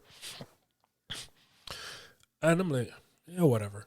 But as part of my job this year covering EAA, I made it down to the seaplane base, and then I understood what he's talking about. I'll just leave it at, it is a hidden gem in Oshkosh, and I'll just leave it there. Okay. Well, now I've got to go check out the seaplane base. Okay. Please do. Well, no, I'm not. That's part of your responsibility. I'm asking you to take a brother. Next year? Yes, next year we need to go. Okay. I love that hidden gem. And big shout out. You know, we are deep in herd. Well, we are at the beginning of herd season. I am loving herd season so far. I want to send a special shout out to the people that work down there at the arena. I want to send a special shout out to my man Jesse, who's the ticket man. He hooks me and my friends up. And I'm feeling the vibe this year. It's feeling better. I'm liking the new things that they put in place down there. And Dame was in the audience the other night. You never know. Like, Giannis is known to make an appearance. Oh, yeah. I've seen him a bunch of times. As you said, Dame was there Tuesday night. Yep. I encourage you, and I'm not here telling you, I'm not selling you on a pipe dream. Mm-mm. Wisconsin Herd basketball is good basketball. Yes. And the setting is tremendous. Yes. Hands down. Hands down. It's an amazing arena and just an amazing experience. All right. Okay, so here's what we're going to do right now. We're going to take a quick brittle break. Hey, Timber, this is Orson. This is Yao. Hashtag the Brittle Daddies. Timber, every week you've got amazing guests, and we want to give them something for being part of your experience. Let's give them the pecan brittle. It's the perfect brittle. The right combination of sweet and savory.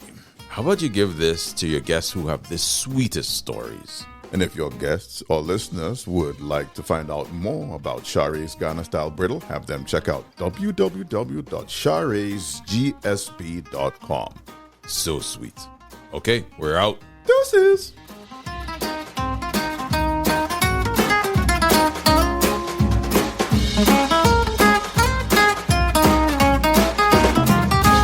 Okay, so normally at this time, we actually have a bag of brittle, and I would give you a bag of brittle, and we eat brittle together. I'm upset now. You should be. Because first thing first, Orson and Yo are my personal friends. So shout out to them. I wanted to make sure that I got a shout out, but thankfully you have an ad for them. So Oh, yeah.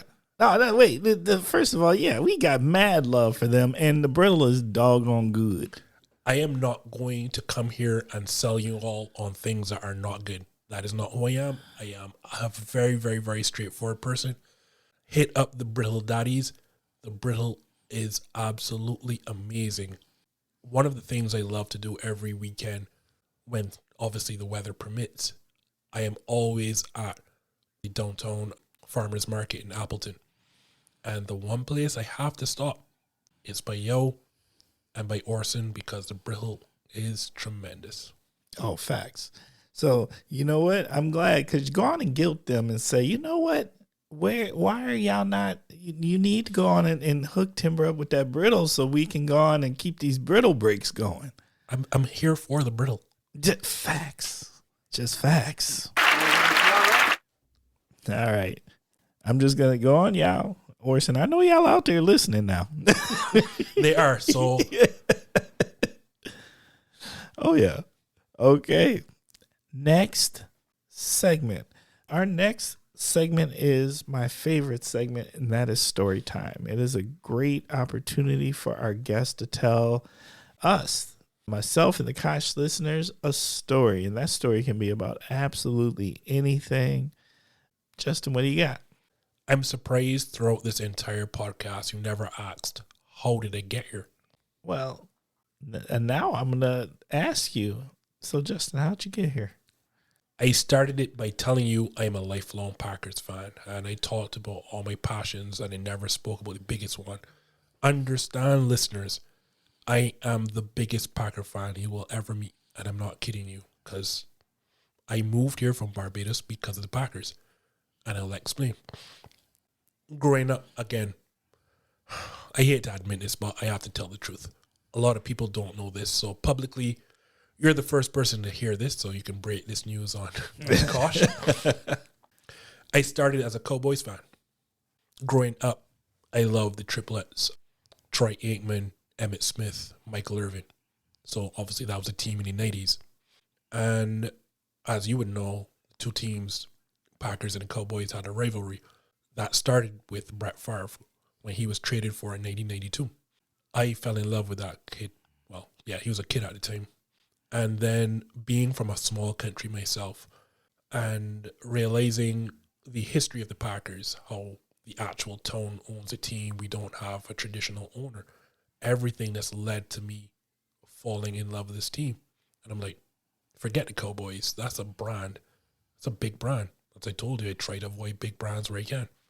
Packers are my team. So from 92, 93 onwards, I became a Packers fan. And I remember growing up in Barbados and telling myself, yeah, I come to the US a lot, but I'm never going to go to Wisconsin. Like, I'm never going to see Lambeau Field. So my mother's side of the family, she's Jamaican, and they're spread all across the US. And I love New York. One of her younger sisters lives in New York. So I go there, or I used to go there every single fall, like religiously. I'd go, and I started doing it professionally because we had a tennis player go to the US Open. So what I would cover the US Open with this guy. And then immediately after that, I would take my vacation for a month, spend it in New York. I'm missing a part of this, but I'll try and keep this story as short as possible because it's long. My first Packer game was actually in 2014 in Miami. But I don't count it because I always say you can't call yourself a Packer fan if you've never been to Lambeau Field. So in 2018, came across some disposable income, we'll call it that. And I'll never forget, I started thinking, you know what? I've got the money to go to Wisconsin. I've got the money to go and watch a game at Lambeau Field. I should do it. We were playing the Bears.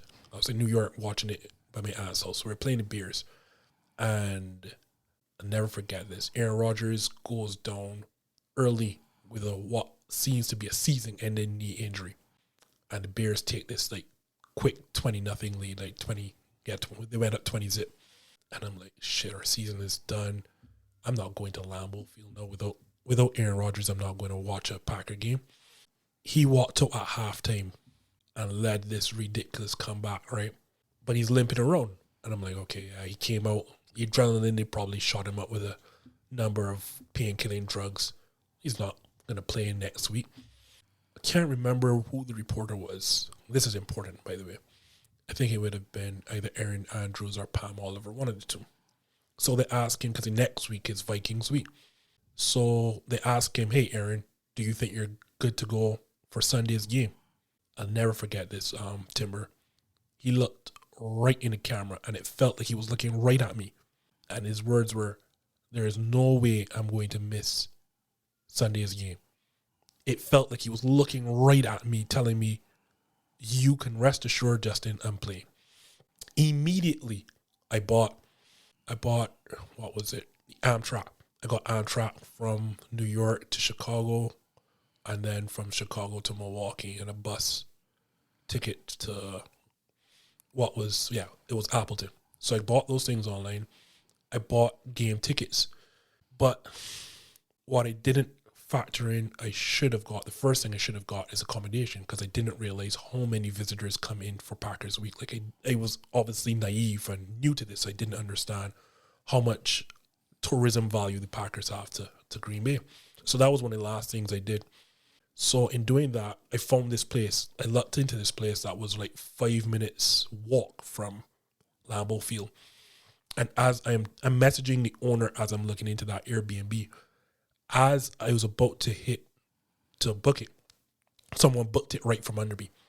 And she's like, oh, I'm so sorry, but we have another spot right in that same complex. But it was like $150 more. I'm like, hell no. So now I'm struggling looking to find a place. I ended up finding a guy in Appleton. And like, it was so convenient it was luck, I guess, because he was also going to that game. He has the Milwaukee season tickets. So he was going to that game, and that was awesome. So we were back and forth, and then I booked that spot. So I came, and that's the first time I came to Wisconsin. That was 2018. I'm sorry, this story is long, but no. This is good. Look, let's go. So this is like this travel, because I wasn't doing it by plane. This is like taking like over a day. So I was on a train, Amtrak from New York to Chicago, and then a short trip on the train from Chicago to Milwaukee. Because that was over a day, I intentionally didn't eat before that train trip because I didn't want to use a public restroom at all. Like, hell no. So I did not eat at all. So here's where the important part comes. So I did not eat. I get into Milwaukee now. I'm starving. I don't know Wisconsin at all. I've never been. So I'm in intermodal station in Milwaukee. And the original trip had me getting in at midnight, but then I saw something because I thought I had to go to Green Bay. I had no idea the proximity of Appleton, Green Bay, etc., etc. So I thought I had to take a bus to Green Bay, and that would have gotten me in at 12 o'clock at night. I saw something earlier to Appleton that would have gotten me in at 6 p.m. So I messaged the guy who was going to stay with that, his Airbnb, and I'm telling him, hey, is this where I should meet you? It's downtown Appleton. And he's like, yeah, perfect. Like, you're getting in like 6 hours ahead. I was like, okay, awesome. So when he picked me up at 6 o'clock from the bus station, he was like, do you want to swing through and get something to eat? So I was figuring, hey, let's go through a drive-through from McDonald's or Burger King, something like that. And he's like, no. He has another guest at this Airbnb from Switzerland, and he and his wife were going out to watch the Brewers game anyway. So we're going to a place called Anduzzi's in Kimberly. Mm-hmm. And I'm like, well, again, obviously don't know what those are right now. So I was like, okay, perfect. So I go home by his Airbnb, shower up, and we leave with that guy from Switzerland, and we're watching, Brewers baseball at Kimberly. And again, a lot of things have to happen to get to the point I'm telling you now. Remember, I was supposed to initially get in at 12 o'clock, but I got in at 6, which allowed me to go eat out with them. And there's a reason for this, why it's so important. So we are outside, and it was mosquito season. Mosquitoes were destroying us outside. So that forced us to go inside. So I've not told you, I'm a pretty good pool player. So me and a Switzerland guy were playing some pool and whatever not. And our host go off to another TV watching. Then the guy from Switzerland goes in the bathroom, tells me he's going to come back quickly. To the side, there was a bridal party. Yeah. And, I'm from the Caribbean, black guy. I don't know where the hell I am. So I'm just keeping it to myself. You know how that goes. Like, I'm just keeping to myself in my corner. Mm-hmm. Lovely looking ladies here, but I don't know who's with who. I don't know if any has a boyfriend or whatever not. I'm not getting myself in that problems. I'm sticking to myself. Out of nowhere comes this girl, and she has this drink in her hand, and she looks at me and says, my rum runner tastes off. Can you drink this for me? Obviously, a lot of people don't know Barbados is actually the home of rum. Rum was invented in Barbados by an accident, but we don't need to hear that story. But so I know what good rum tastes like. Because and I've never taken a drink from a stranger, but I decided to take a drink from this stranger. I can't tell you what the next 5 minutes of this conversation is like. Neither can she. But I know when I was leaving, I had to give my number to the waitress to give to her. That is my future wife. That person ended up being my wife. Wow. So from there, and I mean, at that point. So the waitress actually gave her the number. And what's so funny when she tells this story, right, or still my part of the story. So when I'm leaving and I give the waitress, I started writing down this number and I give it to the waitress. And I told the waitress, hey, can you give this number to? And she finishes it for me. He's like, oh, you mean the girl in the black? Yeah, how did you? She obviously saw us talking. So she gave it to her. And again, I'm a random guy. I figured this girl was just trying to get rid of her drink. She's not going to call me back, right? And I didn't even remember about it a lot, to be honest, because I'm here for the Green Bay Packers. So I went home, went to the Airbnb, and I went to sleep because we had to get up early. It was a noon game, and he had parking passes, and I'm just excited to see Lambeau for the first time. And I get up, and I look at my phone because that's the first thing I do every time when I get up, and she messaged. So we're there talking, going back and forth. But obviously I'm more interested in the Packers game, but we're going back and forth. And I go to the Packer game. It's a tie. Well, first Packer tie in a long time. I've not seen us tie a game, but yeah, we tied a game. I was pissed off about the result, but we tailgated, and tailgating is the best experience of all sports. That's what I remember most of anything. I don't remember the actual game. I remember tailgating, and we had such a blast. And then I message her and say, hey, I'm done here at this game. Maybe we should hook up afterwards, us, hang out or whatever not. She ghosted me. Bruh. She did not answer my message or pretended not to see the message until I was until late at night or early the next day because I was only in Wisconsin for 2 days. And then she's like, oh, well, I fell asleep on my parents' couch. Sorry, I missed your message. It was nice to meet you, blah, blah, blah. Figuring, this guy is out of tone. He's just looking for some action. He's not going to, this is nothing serious. I went back to New York and I stood in constant communication with her every single day. And we had a long distance relationship up. So that was 2018 September. We spoke every single day. And we decided to meet again in person in Florida, December of that same year. And then we committed to having a long distance relationship. What worked out then, early 2019, I was at my job at The Nation for 11 years. This is a media house in Barbados. And I could not advance because journalism is one of those jobs where you get better with age. So there were a lot of journalists ahead of me in terms of age, and I just could not progress. I could not advance in the company. And obviously it's a smaller company. It's not like Gannett that has so many different media houses that I can move to. They were also downsizing. So I said, hey, you're not going to move me. I would like a voluntary package because they were paying out people and I got paid out. So 2019 with that separation, I was able to go back and forth between Wisconsin and Barbados to continue my relationship, which worked out great. And then at the end of 2019, I proposed. So I came back home early 2020 because I spent Christmas with her here in Wisconsin. Early 2020, January, came back home with the intent of obviously moving here. But you know what happened in 2020? Mm-hmm. COVID. And that stuck me in Barbados for 16 months. We did not see each other for 16 straight months. Spoke obviously every single day for those 16 months. And eventually, when things opened back up and, my immigration papers started to move faster with the halt of COVID, I say, I eventually was able to move here in 2021 and we got married in 2021. That was a journey. Yeah. And I left out a lot of stuff, but I thought it was going on too long. No. Look, I was in. Look, there's nothing better than a great story. And there's nothing better than a story about how you met your mate. Yep. That there. So because of the Packers, you met your wife. That's right. At Anduzzi's. At Anduzzi's of all places, yeah. While she was kicking it in a bridal party. Well, she was kicking it in a bridal party, probably drunk as hell. Told you to drink her rummer.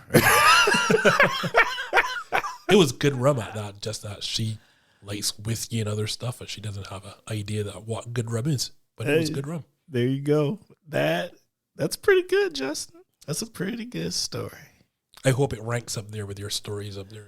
I don't know where it would possibly rank. I'm sure you've had some great stories. Well, we've had some very interesting ones, and but it's up there. It's up there, and might be the first story we've had that ended in love. That is for sure, Bruh. Okay, well, that was story time. You have made it through story time, and now it is time for.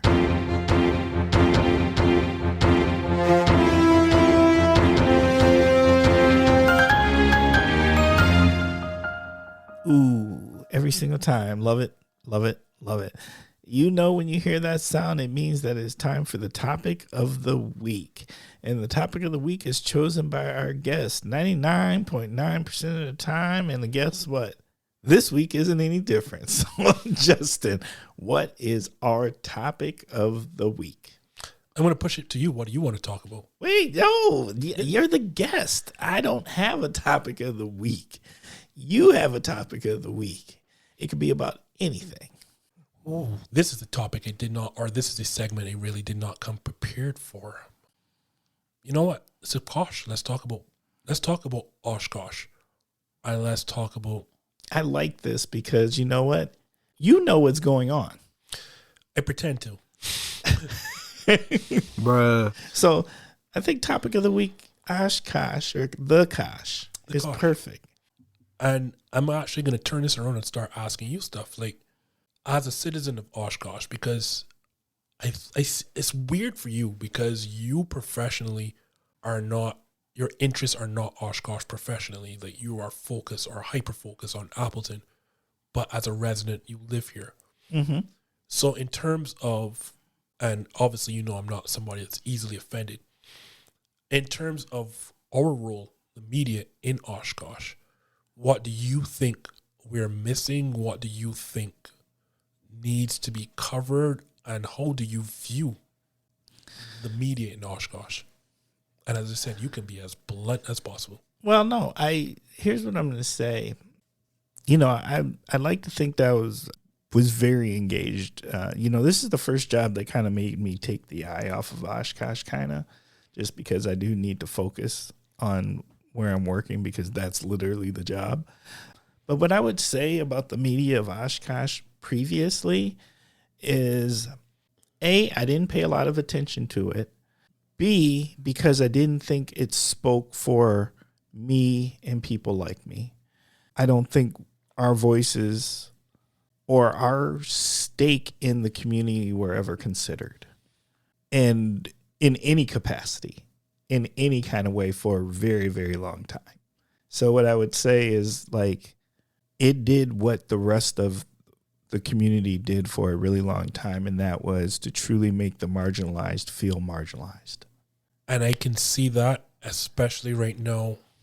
I want to say that I'm particularly guilty of that. So I understand how you feel with regards to that.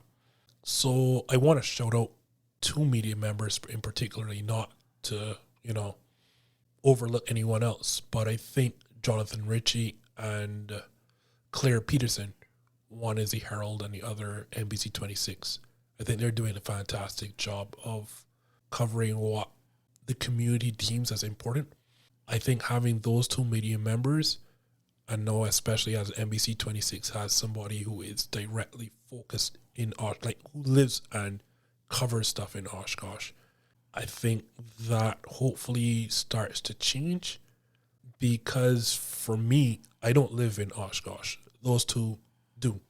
And still, so there's still, I don't want to say a disconnect, but because I don't live here, I think it's good and bad, because it's good that I am not allowed to have any tainted biases. So what happens here in government in terms of, or in legislature, does not impact me in the least, personally. So I don't have a stake in what goes on here. But I will say the presence of both Jonathan and Claire, I think, may help to, you should give them a look. As I said, one is the Herald, the other is NBC 26. And I probably shouldn't be doing that, they're competitors, but all the same, I think that their hyper-local focus is something that should appeal to you. And what I'm going to say is that I do think, and I'm talking about media from a long span. Mm-hmm. I'm not talking about where I feel it's at currently and right this moment. And what I mean by that is, like, right now, who we are as the Kosh and who the Kosh has become demographically has changed light years since I've been here and I first came here. And now I do feel there's this understanding that, oh, yes, we should probably get all the voices. Or at least there's a thoughtfulness about it, right? And not necessarily an afterthought, and not always for just special holidays and stuff like that, right? I think there's an understanding like that. This is who the community is now, and this is who the community is going to continue changing to become. So therefore, those voices now aren't so marginalized. Those voices are really important to be considered. That's how I feel now. And I'm glad to hear that. Coming into Oshkosh last December, I didn't know what to expect. And now seeing the community, I think I have a better grasp. And what a lot of people don't know about, I can't speak to what other media houses are doing, but a lot of what we do is data driven. So people will go in the comments, and I know in the comment section is not a fair depiction of societies in general. Like, those are just the loudest people. Like, but that's not. They really are. So what I will say is we are very data driven. Well, in one aspect, like there are other things that we know we may not get the viewership that we would want, but these things are important. So I'll give you an example. Like, this is budget season, or it was just budget season. Both the Winnebago County Board and the Common Council released their budgets, and you'd be surprised the average person does not care. But wait a minute, I'm not. Wait a minute now. I work in local government. True. Sorry. But I know where you're coming from.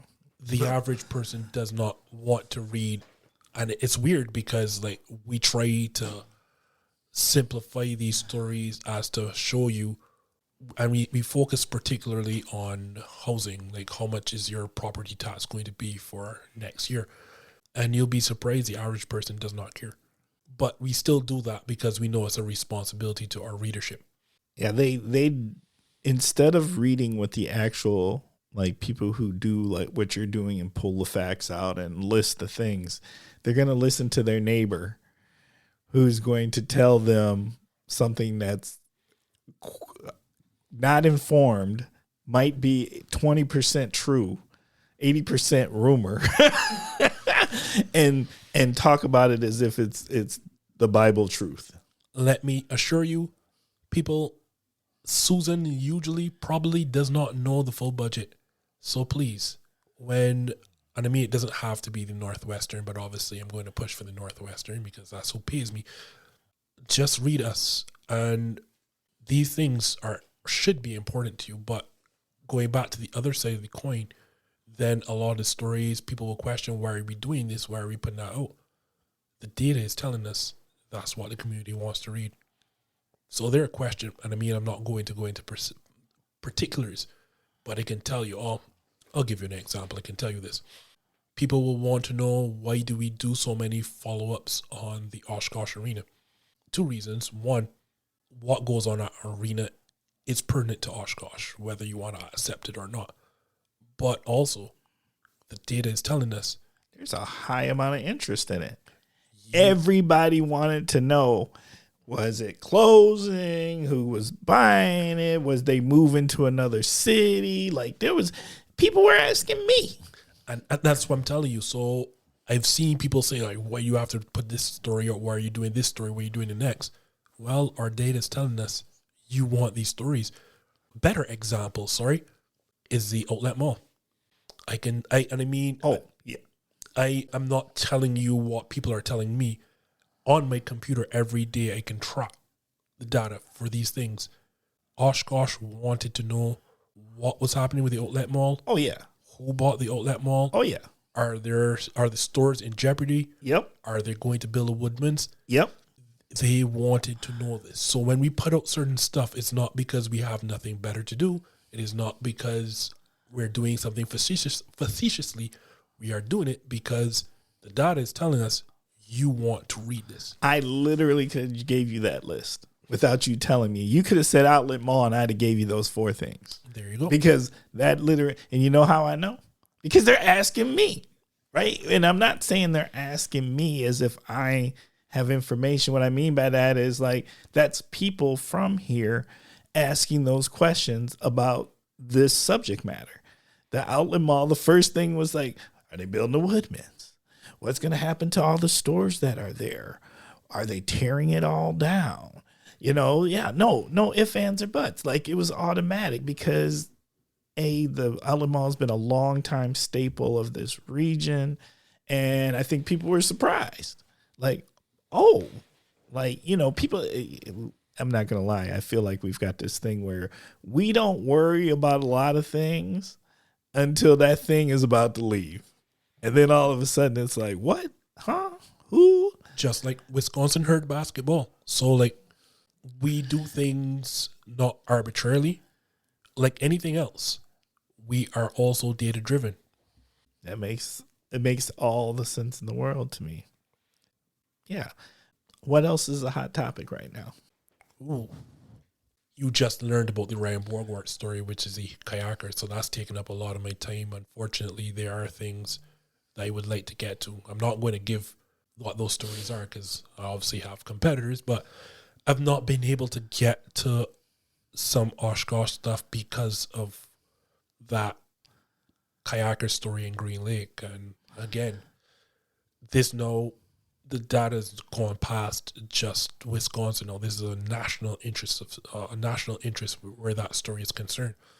Again, we do things data driven. Yeah. And I'm not here to tell, readers, I'm not here to tell you that we only do things because the data tells us to do it. But the things that you're questioning why we're doing it is because, and don't think of data as just data. The data is you. You are the data. You are telling us what you want to read and what you don't want to read every single day. And I'm not guessing at what I do.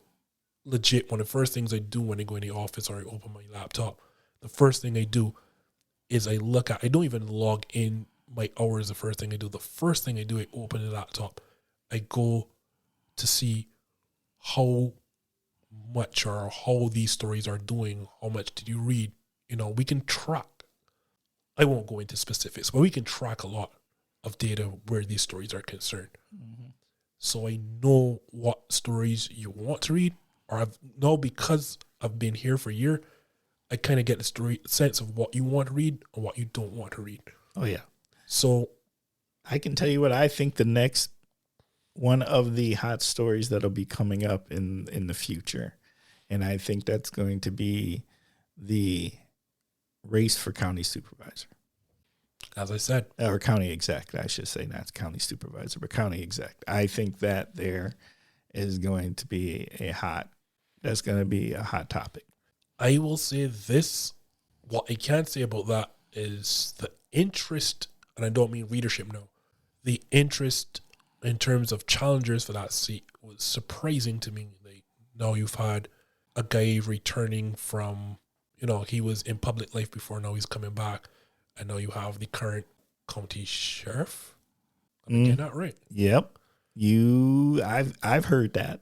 No, yeah. So yeah, I wrote those stories, so I just want to make sure I got John Matz's position title correct. I do believe he's still the sheriff. yeah, I just want to make sure I was getting his title right. But yeah, so you now have 3 people running for this job, and I guess the interest is compelling to me. I didn't expect there to be a high interest in the position. So what I can say is it's interesting to me the interest that people have in wanting to be county executive. Fair enough. Yes. And I don't know if we're done with people popping out of the woodwork to run from it, but I don't know if they saw how competitive, and when I say they, I meant current administration, might have saw or thought how competitive it might be right now. I won't pretend to be in John Damel's mind, but maybe he wasn't. I don't know if he's surprised or not by the high level of interest in the position, but I know I don't want to say surprising, it's interesting, for lack of a better word then. Yeah, that's fair. I'm just giving you the outsider point of view. You know what? I am not tied to anything because I am not a journalist. you sit in a great position, right? Because you are a person within the society, but you can speak freely because your job is not tied to Oshkosh society. That must be such a great feeling. Because I'm sure, let's say for argument's sake, if you had the same position on Oshkosh city government, you would probably not be doing what you do in terms of this podcast in Kosh. Well, what I would say is if we were talking more about things happening in Appleton, I would be doing exactly what you're doing. I would be saying, well, I don't know. Professionally, I'm not going, Timber ain't got no opinion. I don't know what you're talking about. And that's what I say, you have the perfect position because you can speak to things knowing full well you're coming from the position of a resident, but not an authority figure or not a person that has a vested interest outside of just being a resident. Nope, I'm a resident with a podcast. That's what I am, with some people that might actually listen to this joker every once in a while. So, but we be trying to keep it 100 here on the Kosh. For you and this, just want to continue to engage. What is Oshkosh like for you, though? Now, what Oshkosh is to me is just like I've watched it become what it is, and I've done everything here. I've been here ever since I went to college here. I've worked numerous jobs here in all sorts of professions. I've raised my family here. My daughter is about as Oshkosh gets. She came up all the way through the system, including going to UW Oshkosh itself and playing there too. She's still here? Nope. She's gone. She did what everybody does. You got to get that. You get your paper, get your certification, get your degree, and you got to go explore a little bit. But she might boomerang back at some point. We'll see. But might not either. But what Oshkosh is to me now is just home, and it's a place I feel safe. It's a place that's super familiar, and I feel very lucky and privileged to live here in a sense that, my wife's born and raised Oshkosh. I've learned what Oshkosh really is, the old school Oshkosh, the people who are born and raised here, that side of it, even though I've come the university route, because I do feel like those are two different things. And you can easily not know the other culture when you're born and raised Oshkosh, because there is a whole nother side of Oshkosh to me. That's how I would describe it. I've gotten a chance to be part of both, and I am grateful to have been part of both. I feel accepted in most spaces.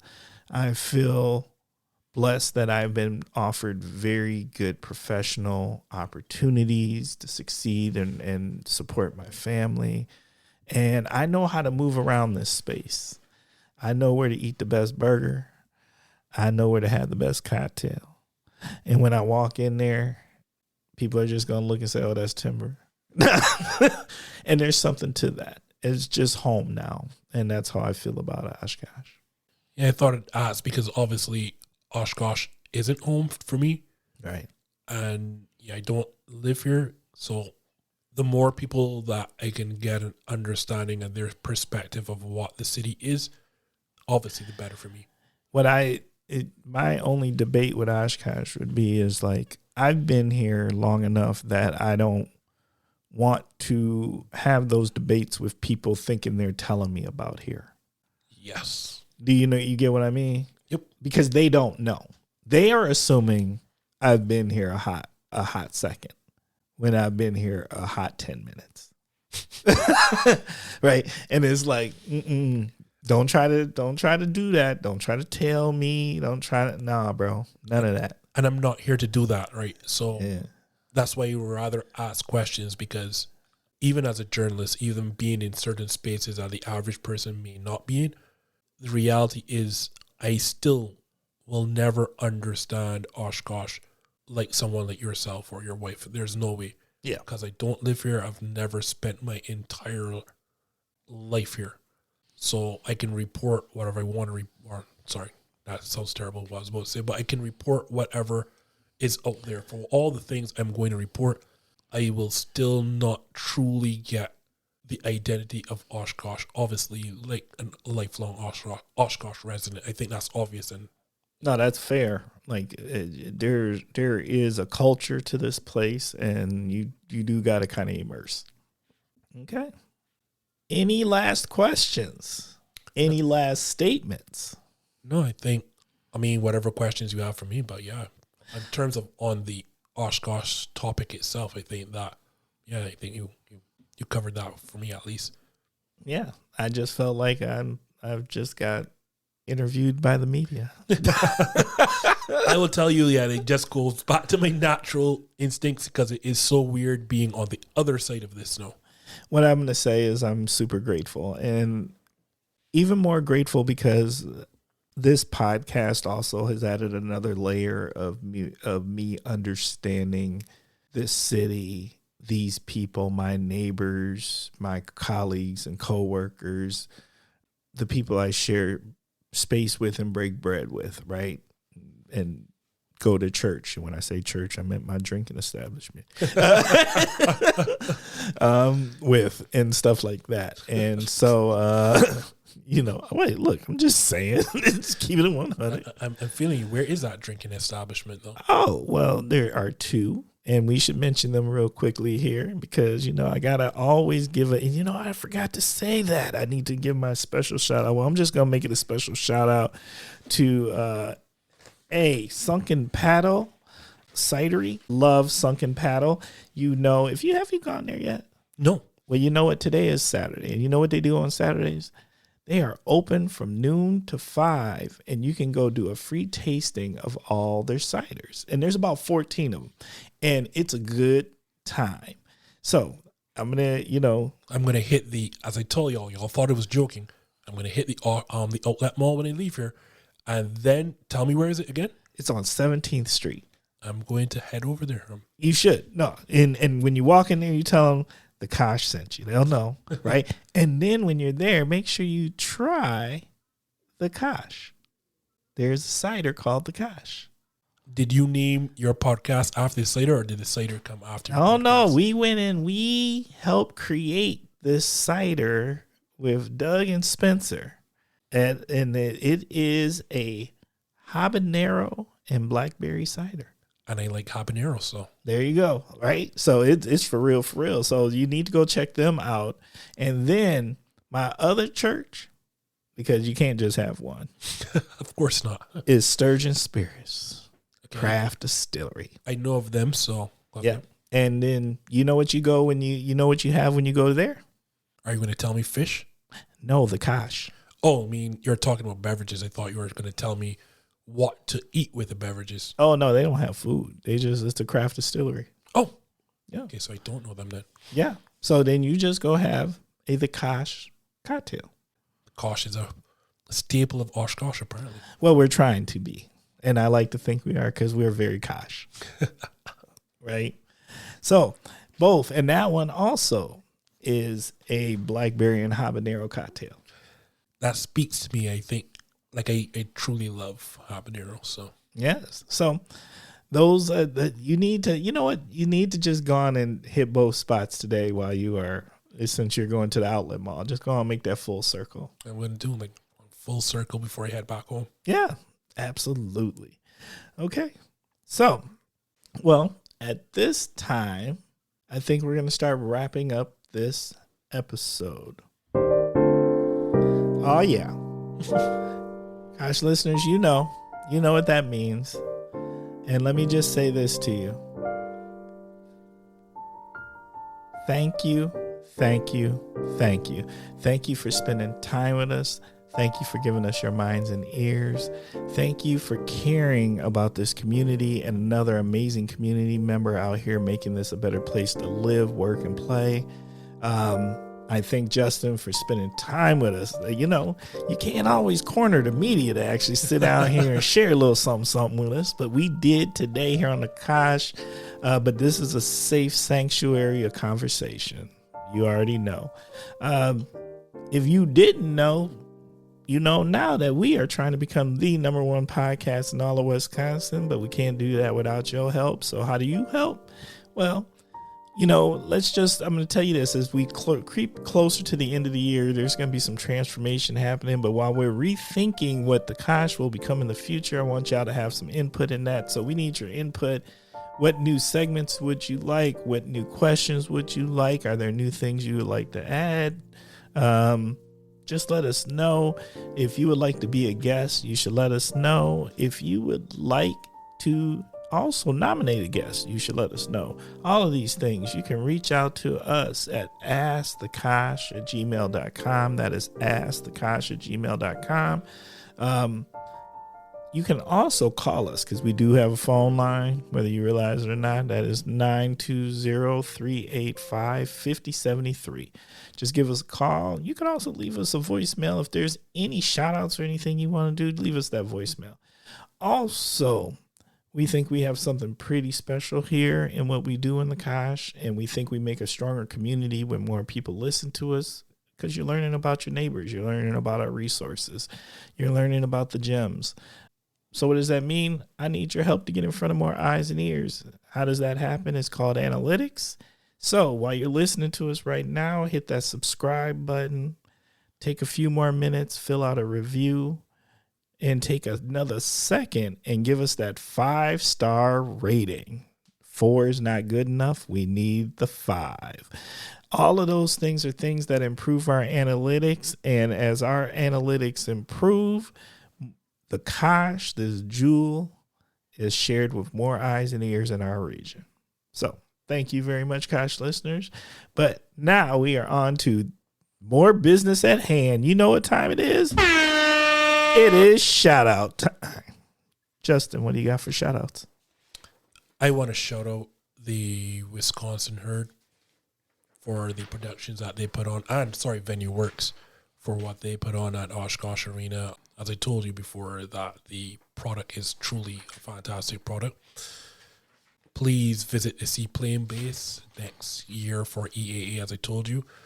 My real shout outs, though, I'm going to have a list. I hope you don't mind. The Brittle Daddies. Please, like, those are my guys. That's Orson and Yo. Like, those are my guys. Like, hit them up, please. I'm not saying this because I'm their friend. They're brittle. They're nuts. They're candy. To die for. If you like that sort of stuff, hit those guys up. Oh, those candied, I had these candied orange something pecans. Oh, they were crazy good. We are not telling you this because they're our friends and they are sponsoring the show. We are telling you this because they are good. Please, if you're in the Appleton area, try to patronize the Jerk Joint. Absolutely love those guys, those two Trinidadians. Like, this food is traditional Caribbean. This is authentic Caribbean jerk. You're not getting something from non-Caribbean people. Trust me, as a Barbadian, I can tell you this is authentic jerk. And a Barbadian born to Jamaican mother, you're getting authentic jerk. Shout out to Cozy Corner as well. If you really want some good soul food, please pop down College. I'm not going to put you wrong. Some good soul food. And also shout out to Legends Barbershop. That's where I go to get my stuff, my haircut. I just thought I needed to shout out those 3 establishments. Okay. Any other shout outs? You good? I think I'm good for now, yeah. I like those. I like all 3 of them shout outs. Them good shout outs. You know? And big shout out to Rod and Faith because that food is fire. Especially if you get spicy jerk. Oh, yeah. I wouldn't recommend it for everyone, but yeah. I'm about that life. My wife is not. A little sweat. Well, you know. Yeah. I'm not going to lie. I understand. All right. My shout outs. I want to send a shout out to the MLK committee over in Appleton who's working on the 34th annual Fox Cities MLK celebration. I am part of that committee. It is a good time. We are putting together a great program. I am excited. Whether y'all realize it or not, this calendar is moving quickly and we will be in January sooner than we want to be. But, you know, it is what it is. Want to send a happy birthday to Greta, one of my partners in crime out there. Happy birthday. Send a shout out to the Girl Scouts. I had a troop come to City Hall and kick it with us. They were 3rd graders. And let me tell you, them young ladies was smart. They weren't smart. They was smart. Like they asked some questions. They came in with their note cards and started drilling my boss down and me down and Andy down. And I was like, woo, tough crowd. Them 3rd graders. They know what they doing. So. And you were worried about our journalists? Shoot. I know. If y'all get some 3rd grade journalists, I'm not going to talk to y'all. No, because let me tell you, they a rough bunch. They ask honest questions and hard ones. They don't play. So, want to send a shout out to the Black Professionals Networking event that's called Third Thursdays that continues to happen down in Appleton at the Commodore Club. It is fantastic. Shout out to Pop. I'm sorry, I really should shout out to Pop. Yeah, shout out to Pop, People of Progression, who continue to host this event.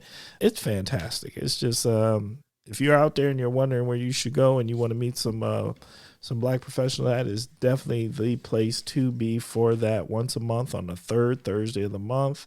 I want to send a special shout out to all those who are Thanksgiving workers, those who are going to have to work over this coming holiday here. I always like to think about them because I used to be one. And when I say that, I'm not just talking about those police that are police people or fire people, public servants. I'm talking about you retail workers, them people that really be grinding, who got to be stocking things and prepping things and all of that stuff, because that is not for the weak. And those essential workers are as important as everybody else who makes the world go round and turn. And always last, but most definitely not the least, I got to always give a shout out to my wife, who continues to let us make this podcast in the house. Thank you, baby. And I love you. All right. So, Justin, you got a few things left to do. This is it. We're in the home run stretch, and this is all that's left to do. You got 3 options. Okay. Option A. Tell the Kosh listeners some parting words of wisdom. Option B. Tell the Kosh listeners, what would yourself today tell your 13-year-old self? And option C. You can do both, because good multiple choice always has an all of the above. So, what you want to do? I think I'd go with all the above.